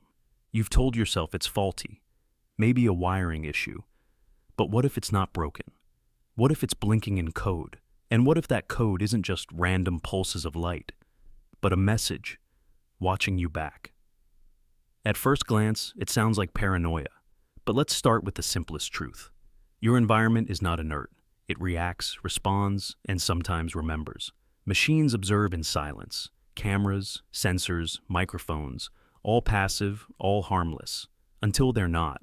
In an age where surveillance is invisible, embedded in everything from streetlights to your phone, how do you know when something is simply functioning and when it's paying attention? Across cities worldwide, smart street lamps are already a reality, outfitted with microphones, motion detectors, facial recognition software, and Wi-Fi sniffers. They do more than light your path. They listen, they analyze, they predict. Urban infrastructure has quietly become a nervous system, pulsing with data, storing habits, and learning patterns. And what better cover than a flickering bulb? The flicker isn't always accidental. Modulated light can transmit data. It's called Li-Fi, a real technology that uses pulses of visible light to send information faster than radio waves. Your eye sees a flicker. A receiver sees a sentence. What if that light has been transmitting for years, and you've been beneath it and absorbing its rhythm, never realizing it's meant for you? This isn't science fiction. Consider subliminal influence. Human perception is highly suggestible. We respond to patterns, flashing lights, rhythmic sounds, even unseen frequencies. Your brain is wired to detect repetition. It fills in gaps, senses intention. A light that flickers consistently in your periphery might be doing more than illuminating. It might be communicating. Maybe it's a signal, one only your subconscious can hear. Over time, the pattern etches itself into your mind, shaping your dreams, your moods, your instincts. Ever felt watched in your own room, though no one was there? Ever had the sensation that something just outside your vision is aware of you? Maybe that's not emotion. Maybe that's recognition. Because the light is always there, isn't it? Every time you walk alone, every time you sit by the window, it blinks at the edge of your life, patient and constant. What if it's been tracking you, not with malice, but with purpose? What if you are the variable it was assigned to monitor? There's precedent for machines turning watchers. In 2018, researchers used smart light bulbs to map the interior layout of homes based on light reflections alone. They didn't need cameras, just data, reflections, angles. Think of how much a simple flicker could reveal when it's repeated enough times. And then comes the haunting idea. What if it's not human technology at all? What if the lamp is ancient? What if it was never installed, but discovered? A remnant of a system older than memory, still blinking long after its creators vanished. You sigh rust and glass. But what if underneath is something non-human, left behind to record, to witness, to wait? Some cultures believe that spirits inhabit light. Others speak of watchers who observe through glowing orbs, silent eyes that never sleep. Combine that with the modern digital age, and the line blurs. Spirits or sensors, ghosts or algorithms. Now imagine this. The flicker changes, slightly, subtly. One night, it pauses longer between blinks. Another night, it mirrors your movement, blinking faster as you approach, slowing when you stop. You begin to test it. You wave. It answers. You speak. It pauses. You ignore it, and it blinks louder. What is it saying? Your rational mind will resist this. It will tell you it's coincidence, faulty circuitry, a trick of the eye. But deep down, something primal stirs. You've known since childhood that some lights aren't just lights, they're eyes. And some eyes don't just look, they remember. And maybe the message isn't dangerous. Maybe it's protective. Maybe that light has been guarding your path, warning you, mapping your life in signals too old or too complex to translate. Or maybe the message is a question: do you see me too? Because the moment you start to wonder is the moment the message gets clearer. And that changes everything. Because if the light knows you see it, the game evolves. It begins to adjust. The blinks now carry nuance, like syllables in a forgotten dialect. You start to sense mood in the pattern: urgency, calm, warning. And with each passing night, it grows more deliberate. The randomness fades. What remains is intention. You ask yourself, why me? Why this light? But maybe that's the wrong question. Maybe the light didn't choose you. Maybe you chose to notice. In a world overflowing with static, you tuned into one quiet frequency, the one meant for the few who dare to look longer than a glance. What if others are watched too, but they never pay attention? What if these lights, these watchers, are scattered across cities like anchors, each one assigned a human mind to follow silently? Some blink in code, others never blink at all, but they're always there, waiting for you to break routine, waiting for your awareness to align. And if you stare long enough, you begin to dream in flashes. Images come to you, lit in pulses. You wake with strange knowledge, fragments of something not yours. Maps, symbols, coordinates, warnings. It doesn't make sense, not yet. But the lamp flickers again, slower this time, as if to say, keep going. So you do. And now, with every flicker, you feel it more, the sensation that you were never just living here. You were being observed, carefully, continuously. Your life has been recorded in light, and the one watching, it's not a person, it's not a government. It's something older, something patient, something that always knew you'd one day look up and finally see it. The broadcast from nowhere. You hear it, don't you? That low hum, that static beneath your thoughts, a kind of invisible background noise, quiet enough to ignore, but always there, like a soft hiss behind silence, like a whisper hiding inside your head. Most people mistake it for nothing, just mental fog, fatigue, overthinking. But what if I told you it's not nothing? What if it's a frequency, a transmission, a broadcast from nowhere, and you've been hearing it your whole life? Think back, those moments when your mind drifted, unanchored, staring at a wall, lying in bed with your eyes wide open, walking through a crowd but feeling somewhere else. That noise behind your thoughts, the faint static, the strange pressure, that's not yours. It's a signal. You just haven't tuned to the message yet. You see, the human brain is not a closed loop. It's a receiver, a filter, a translator of the invisible. We're taught to think our thoughts are self-generated, the product of neurons firing in orderly chaos. But sometimes, rarely, you sense something different. A thought that doesn't feel like it came from you. A sentence that arrives already formed. A dream with too much clarity. A phrase that repeats in your head that no one ever said. Those are fragments, pieces of the message.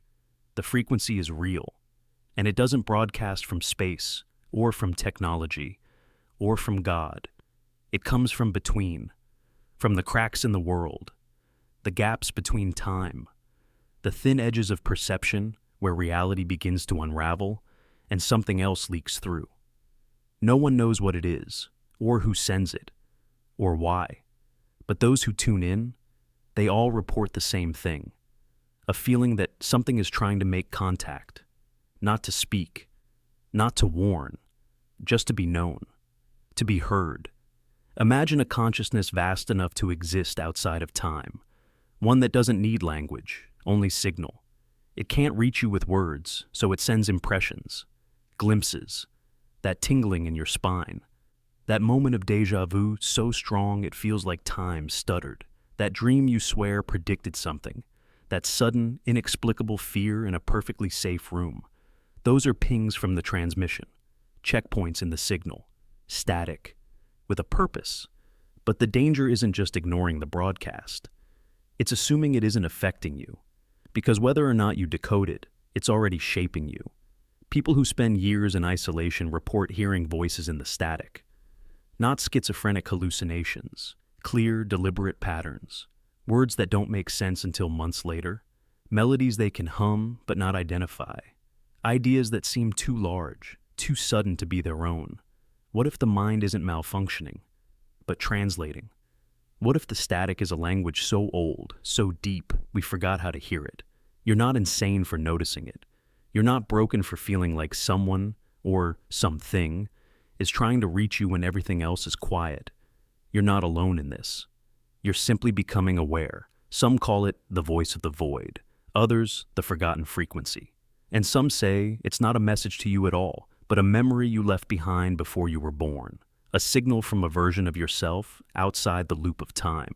A warning, a promise, a clue. That's why the static intensifies when you're close to something important. You feel overwhelmed, flooded, anxious for no reason. That's the broadcast peaking. It's telling you something's about to happen, and if you stop, if you breathe, if you listen, you might catch a shape inside the noise. Not words, not images, but knowing. A moment where your soul feels a step ahead of your thoughts, where you realize the path you're on isn't random, that the strange coincidences aren't accidents, that the dreams were rehearsals, that the silence was full of answers. The message is real, and maybe you've already heard it dozens of times, but dismissed it as nothing. That line you scribbled in a notebook without thinking. That phrase that came to you in the shower and left you shaken. That voice that whispered not yet when you almost stepped into traffic. That dream that didn't feel like a dream. These aren't intrusions. They're instructions. You just never tuned them all the way in. Until now. So tonight, when it's quiet again and you hear that soft hum behind your heartbeat, don't run from it. Don't distract yourself. Don't plug your ears with noise. Let it in. Sit with it. The broadcast is still transmitting, waiting. And for the first time, you're beginning to understand that the static was never empty. It was always speaking. You just weren't listening. The life you left behind. What if this isn't your first life? What if you've lived before, dozens of times, maybe hundreds? And what if you chose to forget them? Not because they didn't matter, but because this one was supposed to be easier. You made a decision long before this version of you was born. You stood in some space beyond space, holding the weight of all your past lifetimes. And you said, I need a break. So this life was designed. Calmer, simpler, softer on the outside. A life where the pain would come in shadows, not storms. Where the challenges would whisper, not roar. Where your memories would be wiped clean so you wouldn't wake up screaming from the weight of all you'd already endured. But even then, something lingers. A faint ache in your chest when you see places you've never been to. A rush of déjà vu so strong it brings tears to your eyes. You walk into an old bookstore and your hands tremble as you brush past a cover that feels like a memory. You meet someone and know, instantly, that you've met before, somewhere, somehow. In a timeline you can't name. That's not your imagination. That's residue. Residual emotion from the lives you left behind. Somewhere, beneath the thoughts you call your own, lies a mind that remembers every death you've ever died, every promise you made and broke, every name you swore you'd never forget, every time you loved someone and watched them fade into dust. But it was too much, and so you chose to forget. This life was supposed to be your rest, your silence, your chance to breathe. But here's the secret no one tells you about rest. It doesn't mean peace, because even here, even in the quiet, you carry echoes. Your heart breaks faster than it should. You fear abandonment more deeply than this life explains. You flinch at injustice like it's personal, because maybe, in a past life, it was. You may have been the one who caused it, or the one who couldn't stop it. So now, in this easier life, you've kept the emotion, but not the memory. And that's why nothing makes sense. You cry over things that aren't yours. You fight battles you don't remember starting. You feel ancient in moments when you should feel young. You are not broken. You are remembering, not in words, not in facts, but in feeling. You knows. This was not the beginning, and it won't be the end. You asked for this version of life. You chose this simplicity, this skin, this name, this body. But even simplicity is complicated when your soul is heavy with timelines. And maybe this life isn't going as planned. Maybe you thought you'd be healed by now. Maybe you thought forgetting would be enough. Maybe you thought an easier life would mean an easier self. But forgetting pain doesn't erase its consequences. And running from memory doesn't stop the echo, because the soul keeps score, quietly, invisibly, accurately. And now you stand here, in the middle of a life that feels too small for the size of your grief, too quiet for the volume of your instincts, too clean for the mess you feel inside. Because this isn't your first life, and you're not who you think you are. You're the version of yourself that came to rest, but forgot how. You thought you could outrun the weight, but weight doesn't vanish. It waits. And now it's asking, will you keep pretending this is your only story? Or will you listen, really listen, to the part of you that's older than your reflection? The part that remembers what you left behind, not to haunt you, but to wake you. Because maybe this life was supposed to be easier, but now you're ready for truth, even if it hurts, even if it changes everything, even if it means remembering the lifetimes you left buried in the dark, because there's still something unfinished, and you are the one who came back to finish it. The emotion that pretends some feelings aren't real. They feel real. They burn, ache, pulse like truth, but they're not. They're decoys, camouflage, psychological illusions deployed by your mind to protect something deeper, something it doesn't want you to see. You think you're angry, furious, but what if you're not? What if you're actually hurt? What if the rage is just a mask, an armor thrown over vulnerability so raw it would paralyze you to feel it directly? This is what your brain does. It lies to protect you, not out of cruelty, but survival. Somewhere deep in the folds of your unconscious, there's a library of experiences you never finished processing, pain that overwhelmed you, shame you couldn't hold, grief you weren't ready to feel.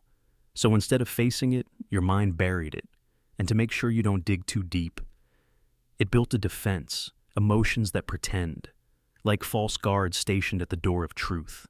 You walk into a room and suddenly feel anxious. You think, it's just social anxiety. But maybe it's not. Maybe it's the echo of a childhood memory, one you don't consciously remember, when someone laughed at you for speaking your truth, and your brain says, protect, distract, send anxiety instead. So you never find the memory, just the decoy. You feel unmotivated, numb. You call it laziness. You shame yourself for not being productive. But what if that numbness is a smokescreen? What if beneath it is a deep well of disappointment, or self-loathing, or grief over a dream you secretly gave up on? The emotion you think you're feeling might just be the surface. The real one is beneath it, like an iceberg, with only the decoy visible above the waterline. That's the trick. You react to the part you can see, while the part that's driving it all stays submerged. Why does your mind do this? Because somewhere along the way, it learned that certain truths would break you. That feeling the real thing, abandonment, shame, betrayal, would collapse the structure of your identity. So, it swapped them out. Put safer emotions in their place. Ones that look like truth, but aren't. Like laughing when you want to scream. Like blaming someone else when you're terrified it was your fault. Like confidence that's really just exhaustion wearing lipstick. And this system works until it doesn't. Until the fake emotions start to overflow. Until you feel things that don't quite match your life. You snap at people you love. You cry over small things. You drift through days unsure of what's real. Because the lie is starting to show its seams. The decoys are breaking down. And here's the terrifying part. The closer you get to the truth, the harder the fake emotions fight to stay alive. Because the truth is not polite. It's not convenient. It doesn't always make you look good. It might dismantle the story you've built about who you are. But it's the only thing that can set you free. To find it, you have to ask dangerous questions. What am I actually feeling beneath this? What memory does this feeling remind me of? Who taught me this was the only way to feel safe? And if I dropped this emotion, what would rise in its place? That's the one your brain's been hiding. The real emotion. The root. The one buried beneath all the noise. It might hurt. It probably will. But it's the kind of hurt that heals. The kind that reconnects you to the parts of yourself you lost. The kind that makes the numbness go away, not by escaping, but by feeling what you were never allowed to feel. This is the real work of healing. Not just managing your emotions, but learning which ones are lies. So next time you feel something strong, pause. breathe. Ask yourself, is this mine or is this a mask? Because your mind is brilliant at misdirection, but your soul always knows when something doesn't fit. And if you're brave enough to follow that dissonance, if you trace the pretend emotion back to its source, you'll find the wound. And with it, something even more powerful, the truth that feeling was hiding. The sky isn't real. Imagine staring up at the sky, blue, endless, serene, only to realize it might be the most elaborate illusion ever created. What if the sky isn't the sky at all, but a simulation ceiling, an engineered projection designed to keep us calm, contained, and unquestioning beneath its shifting clouds? It sounds like science fiction, but the implications stretch deep into philosophy, neuroscience, and emerging technology. Throughout history, the sky has been a symbol of freedom. We look up to dream, to wonder, to believe we are small beneath something vast and real. But what if that vastness is the trap? What if the infinite dome above isn't infinite at all, but the edge of a programmed boundary, just convincing enough to keep us from ever trying to reach it? Consider the simulation hypothesis proposed by philosopher Nick Bostrom. It suggests that an advanced civilization could create virtual realities indistinguishable from the base reality. If such simulations are possible, and if beings inside them can't detect the difference, then statistically, we are more likely to be in a simulation than not. In such a reality, the sky could easily be a rendered boundary, or a background texture mapped with atmospheric effects, designed for comfort and continuity. Neuroscience adds more weight to the idea. Our perception of color, depth, and light is a construction of the brain. We don't see the world as it is. We see it as our brain interprets incoming data. The sky isn't blue. Our brains assign that label after interpreting scattered light. So, if you change the input data, replace the real sky with an artificial visual field, our brains would never know. We would look up and still see blue. We would still believe. Technologically, we are inching closer to making artificial skies ourselves. From digital domes and projection ceilings to augmented reality systems that overlay the real world with synthetic environments, humanity already experiments with controlling perception on massive scales. If we are building these tools, is it so hard to imagine something already did? But the psychological component is just as powerful. The sky functions as emotional reassurance. It gives us the illusion of openness, of escape, of context. It's a comfort mechanism baked into the backdrop of consciousness. If someone, or something, wanted to keep a population sedated, hopeful, and obedient, the simplest solution wouldn't be walls. It would be skies, projected clouds, infinite calm. What happens if we question it? What happens when we say, what's beyond the dome? In fiction, this question is catastrophic. Think of The Truman Show, where the protagonist breaks the illusion by literally touching the ceiling of his sky, or Dark City, where a false skyline hides the entire truth of the world. These aren't just stories, they're warnings, invitations to ask questions we've been conditioned never to ask. Because if the sky is false, if it's a barrier painted as freedom, then what else is a lie? Time, space, emotion, history? What if everything we believe is based on a beautifully rendered ceiling that has always been there, above our heads, silently keeping us looking up instead of looking through? And maybe that's the key. The point isn't to panic. The point is to ask. Because illusions only work as long as they are accepted. If you stare long enough into the sky and begin to see its patterns, too perfect, too responsive, too uniform, you may start to feel it. The subtle disconnect, the sense that something's off, that what you're seeing was meant to be seen, that someone is watching you watch the sky. So ask yourself, does the sky feel real or does it feel safe? Because sometimes what keeps you docile isn't a cage, it's the ceiling you were taught never to question. This idea isn't new. Ancient myths often describe the sky as a dome, solid, unreachable, divine. The Egyptians believed in the goddess Nut, arching over the earth like a cosmic ceiling. The Babylonians carved celestial spheres into stone tablets, and early medieval models placed stars inside crystalline firmaments. These weren't primitive guesses. They were early intuitions that the sky was a structure, something enclosing us, separating the known from the unknown. Fast forward to today, and we find ourselves circling back to that same question through technology. Satellite data, flight paths, and telescopic imagery tell us the sky is vast and real, but how much of that information do we directly perceive? Almost none. We trust instruments, filtered data, curated models. The distance between what we believe and what we verify is immense. And in that space, the possibility of manipulation grows. Psychologically, there's something called perceptual anchoring. It means the brain relies on background constants, like the sky, to stabilize its entire interpretation of reality. You don't think about the sky consciously. That's the point. It's too big, too constant. It becomes invisible through familiarity. But this cognitive blind spot also means that if the sky were faked, you wouldn't notice, because you've stopped really looking. And that brings us to the most disturbing possibility. What if that's by design? If an advanced intelligence wanted to simulate a reality and keep its inhabitants calm, obedient, and inward focused, it wouldn't use brute force. It would use comfort. It would give you a horizon, a weather cycle, a sun that rises predictably, a sky that feels eternal, safe, limitless, but perfectly unbroken, a painted dome. Consider how children are pacified by ceiling mobiles and soft lights. Now scale that idea to an entire civilization.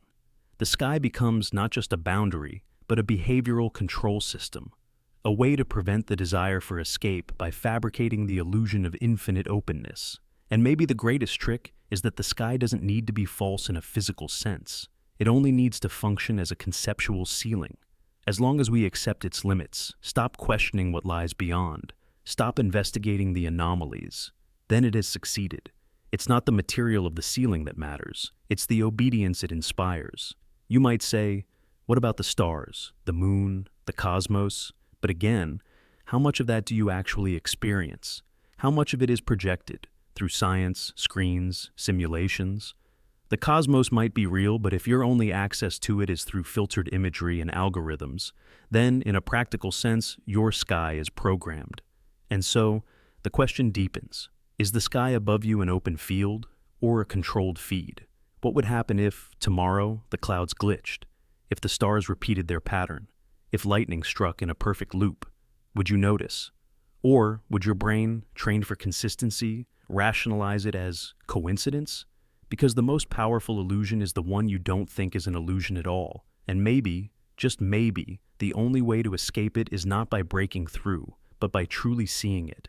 Not as sky, but as system. Not as infinite, but as interface. The final frontier might not be space. It might be awareness. So the next time you stare up at the clouds, ask yourself, am I seeing freedom or containment? And more importantly, who put the ceiling there? The color you can't see.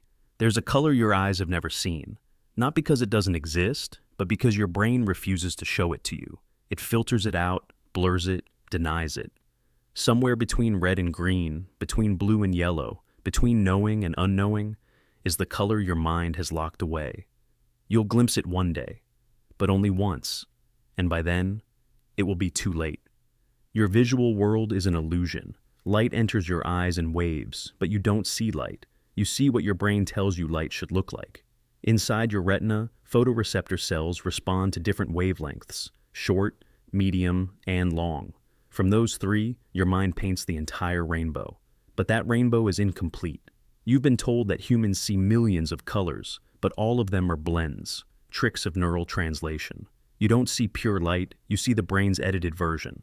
And in its editing, it hides something. Some colors, called forbidden colors, exist outside the brain's rules. Colors like reddish green or bluish yellow. They cancel each other out neurologically.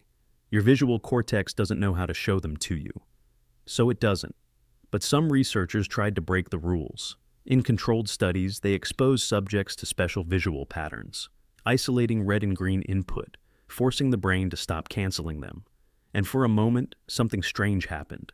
People saw colors they couldn't describe, not darker or brighter, not in between. Entirely other. Their minds tried to compare it, but failed.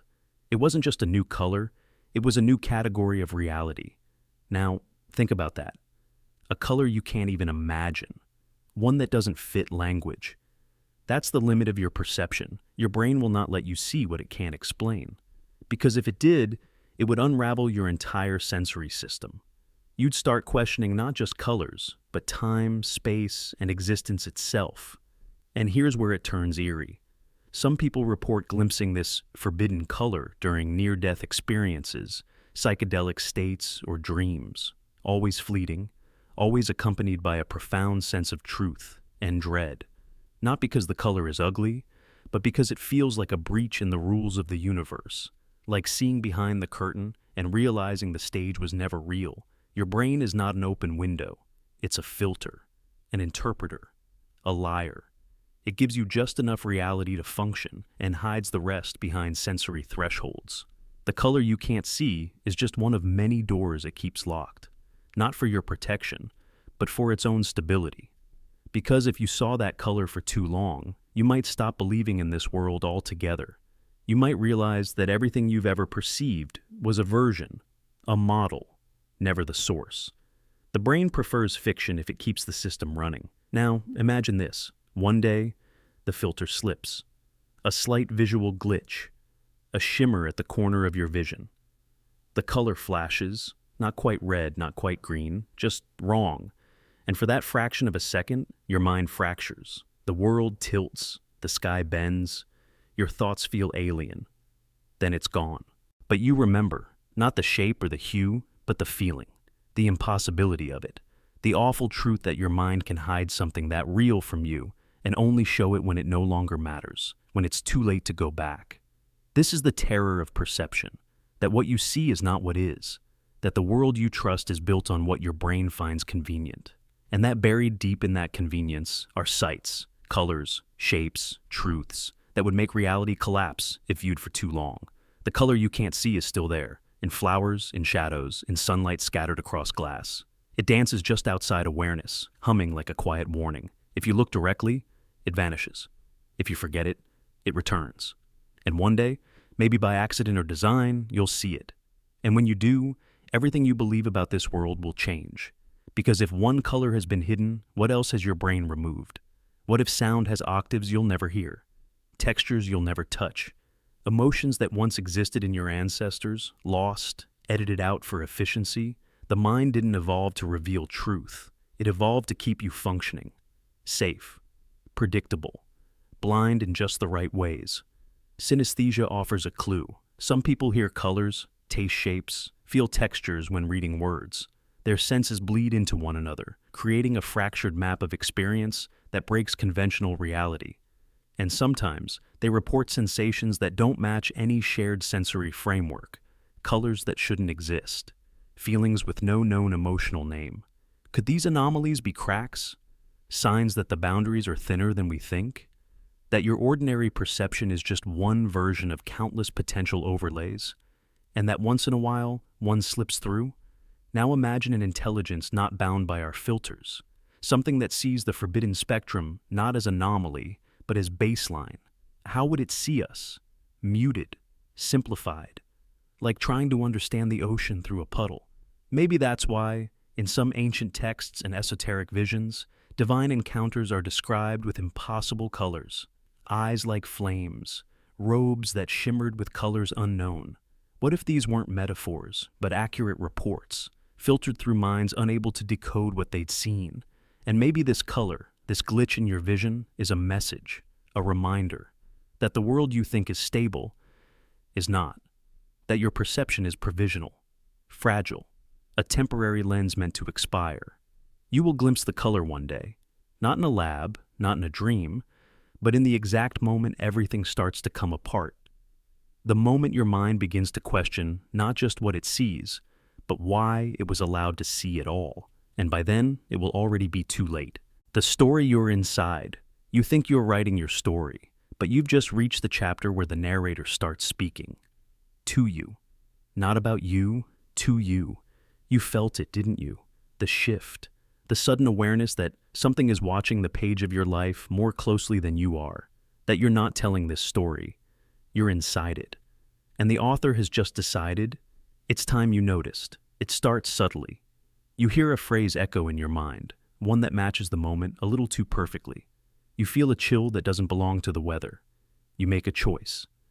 And it clicks into place like a puzzle piece that was waiting for you. And then it happens. You hear your own life being narrated, in the pause before you speak, in the strange timing of events, in the moment you look in the mirror and realize you're not improvising. You're reciting lines you never wrote, but always knew. Because this isn't your story. It's the story you're inside, a story that's been writing you for longer than you've been pretending to write it. A story that knew you'd reach this moment. A story that left breadcrumbs for you. Dreams, coincidences, impossible thoughts you dismissed until now. How many times have you felt it? That eerie precision of life behaving too much like a plot. People entering and exiting like characters. Lessons coming just after the pain. The uncanny way certain moments feel scripted. Because they are. Every protagonist has that scene. The one where the world shifts. Where the camera pulls back and they see the bigger shape of things. This is that scene. You are not the author. You are the audience who got pulled in. And now, the fourth wall is cracking. The narrator isn't some stranger. It's the voice behind your voice. The observer inside your thoughts. The awareness that lives between your questions. And it has a message. You've been sleepwalking through the narrative, mistaking routine for control. You thought freedom meant choosing from options laid out for you. But those options, those choices, they were all designed to lead you here. This chapter, this sentence, this exact second. Where you realize the page is watching you back. The decisions you made, written. The thoughts you're having right now, anticipated. Even your resistance, the part of you saying this is nonsense, that's in the script too. The narrator knew you'd doubt. It's part of the design. It keeps you inside the story by making you believe you're outside it. But you're not. You're in the middle of the plot twist. And here's the hardest truth. You've never been alone. Every private moment, every thought you thought no one could hear was observed. Not judged, not punished. Just witnessed. Because a story must be seen to exist. And you've always been seen. By the narrator. By the story itself. By the structure watching you wonder why life feels shaped. Why your fears echo louder in silence. Why you feel like you're chasing something that's chasing you back. This is the moment the story turns inward. The narrator is giving you the pen, yes, but not to write freely, to see clearly, to understand what role you've been playing, what arc you've been fulfilling, what purpose your pain has served, and most terrifying of all, what's still coming, because stories don't just end, they climax. And if you're hearing this, you're close. So close the lines are blurring, so close the illusion of control is breaking. So close the narrator doesn't need to hide anymore. You're in it, and you can't unread this chapter. You'll hear the voice again, in your choices, in your dreams, in the pause between thoughts. It won't shout. It never does. It waits. It nudges. It reminds you that you were never writing. You were being written. But now you know. And that changes everything. Because once a character becomes aware, the story must change. And you've just turned the page. The ending already written. No matter what you do, your ending has already happened. You're not walking toward it. You're walking away from it. The story is over. The final page has been turned. The last word written. But you're still here, dreaming. Wandering backward through a narrative your soul already closed. As if life were a movie playing in reverse. And your awareness is just catching up to the illusion. You think you're making choices. That you're shaping the plot. That you're discovering things for the first time. But you're not. You're remembering. You're tracing footsteps on a path already carved. And the only thing keeping you sane is forgetting that you've already reached the end. That forgetting is the mercy. Because if you fully remembered where all this leads, if you felt the weight of the last breath while still in the middle of laughing, it would break you. So your mind plays a trick. It hides the ending in shadows and fills the present with noise. It paints your decisions with the illusion of freedom. But freedom in a dream is still a dream, and dreams end where they're programmed to. Some call it fate, others call it simulation. But maybe it's memory. Maybe life is a looped recording of something you once lived all the way through. And now, you're caught in the playback, watching the scenes unfold as if for the first time. Because that's the only way you'd keep watching. Ever wonder why some things feel too familiar, why certain people seem scripted into your story, why moments align too perfectly to be coincidence. It's not because the world is magical. It's because it's already done. The film is complete. You are not filming the story. You're walking through the edited version. Think of the chills you feel in quiet moments, the ones where everything slows, and for a second, it feels like something is watching you from inside your own skull. That's not fear. That's memory. The part of you that still remembers the ending, whispering, "You've been here before." And in those moments, you pause. You feel it. That unbearable déjà vu. Like the future already happened. And you're just trying to forget that you know it. There's a reason time only flows one way in your perception. It's because seeing the ending while still inside the story would ruin it. You're not meant to know how it ends, even though you already do. The human mind is a master of hiding things from itself. Trauma, truth, identity, but nothing is hidden as deeply as your own fate. Maybe the biggest lie you were ever told was that you're heading toward your future, because the real truth, you've already left it, and now you're dreaming the journey in reverse. One emotion at a time, one choice at a time, one memory at a time, until you finally forget that you're in a dream at all, and you call that forgetting reality. But deep down, something in you knows. Why else do we fear endings so deeply? If part of us doesn't already feel that we've experienced one, why do we say life is short, even when it feels impossibly long? Why do we grieve the passing of time like we're losing something we've already lost? Because the grief isn't for what's coming, it's for what's already gone. And the tragedy is, you still have to live it. The heartbreak, the loss, the beauty, the lessons you think you're learning, you've already learned them before. This time is just a reflection, a performance, a poetic rerun made of emotions so rich they trick you into thinking they're new. But they're not. The soul is simply remembering itself, slowly enough that you don't go mad. So now, here you are, living in the dream between the final chapter and the forgetting of it. Every sunrise is a replay, every connection a rerun, every decision a reaction to something already concluded. And yet, maybe that's not a curse. Maybe that's the grace. To feel it all again as if it matters. To cry again as if loss is new. To love again as if hearts don't break the same way each time. Because you asked for this. One more run-through. One more illusion.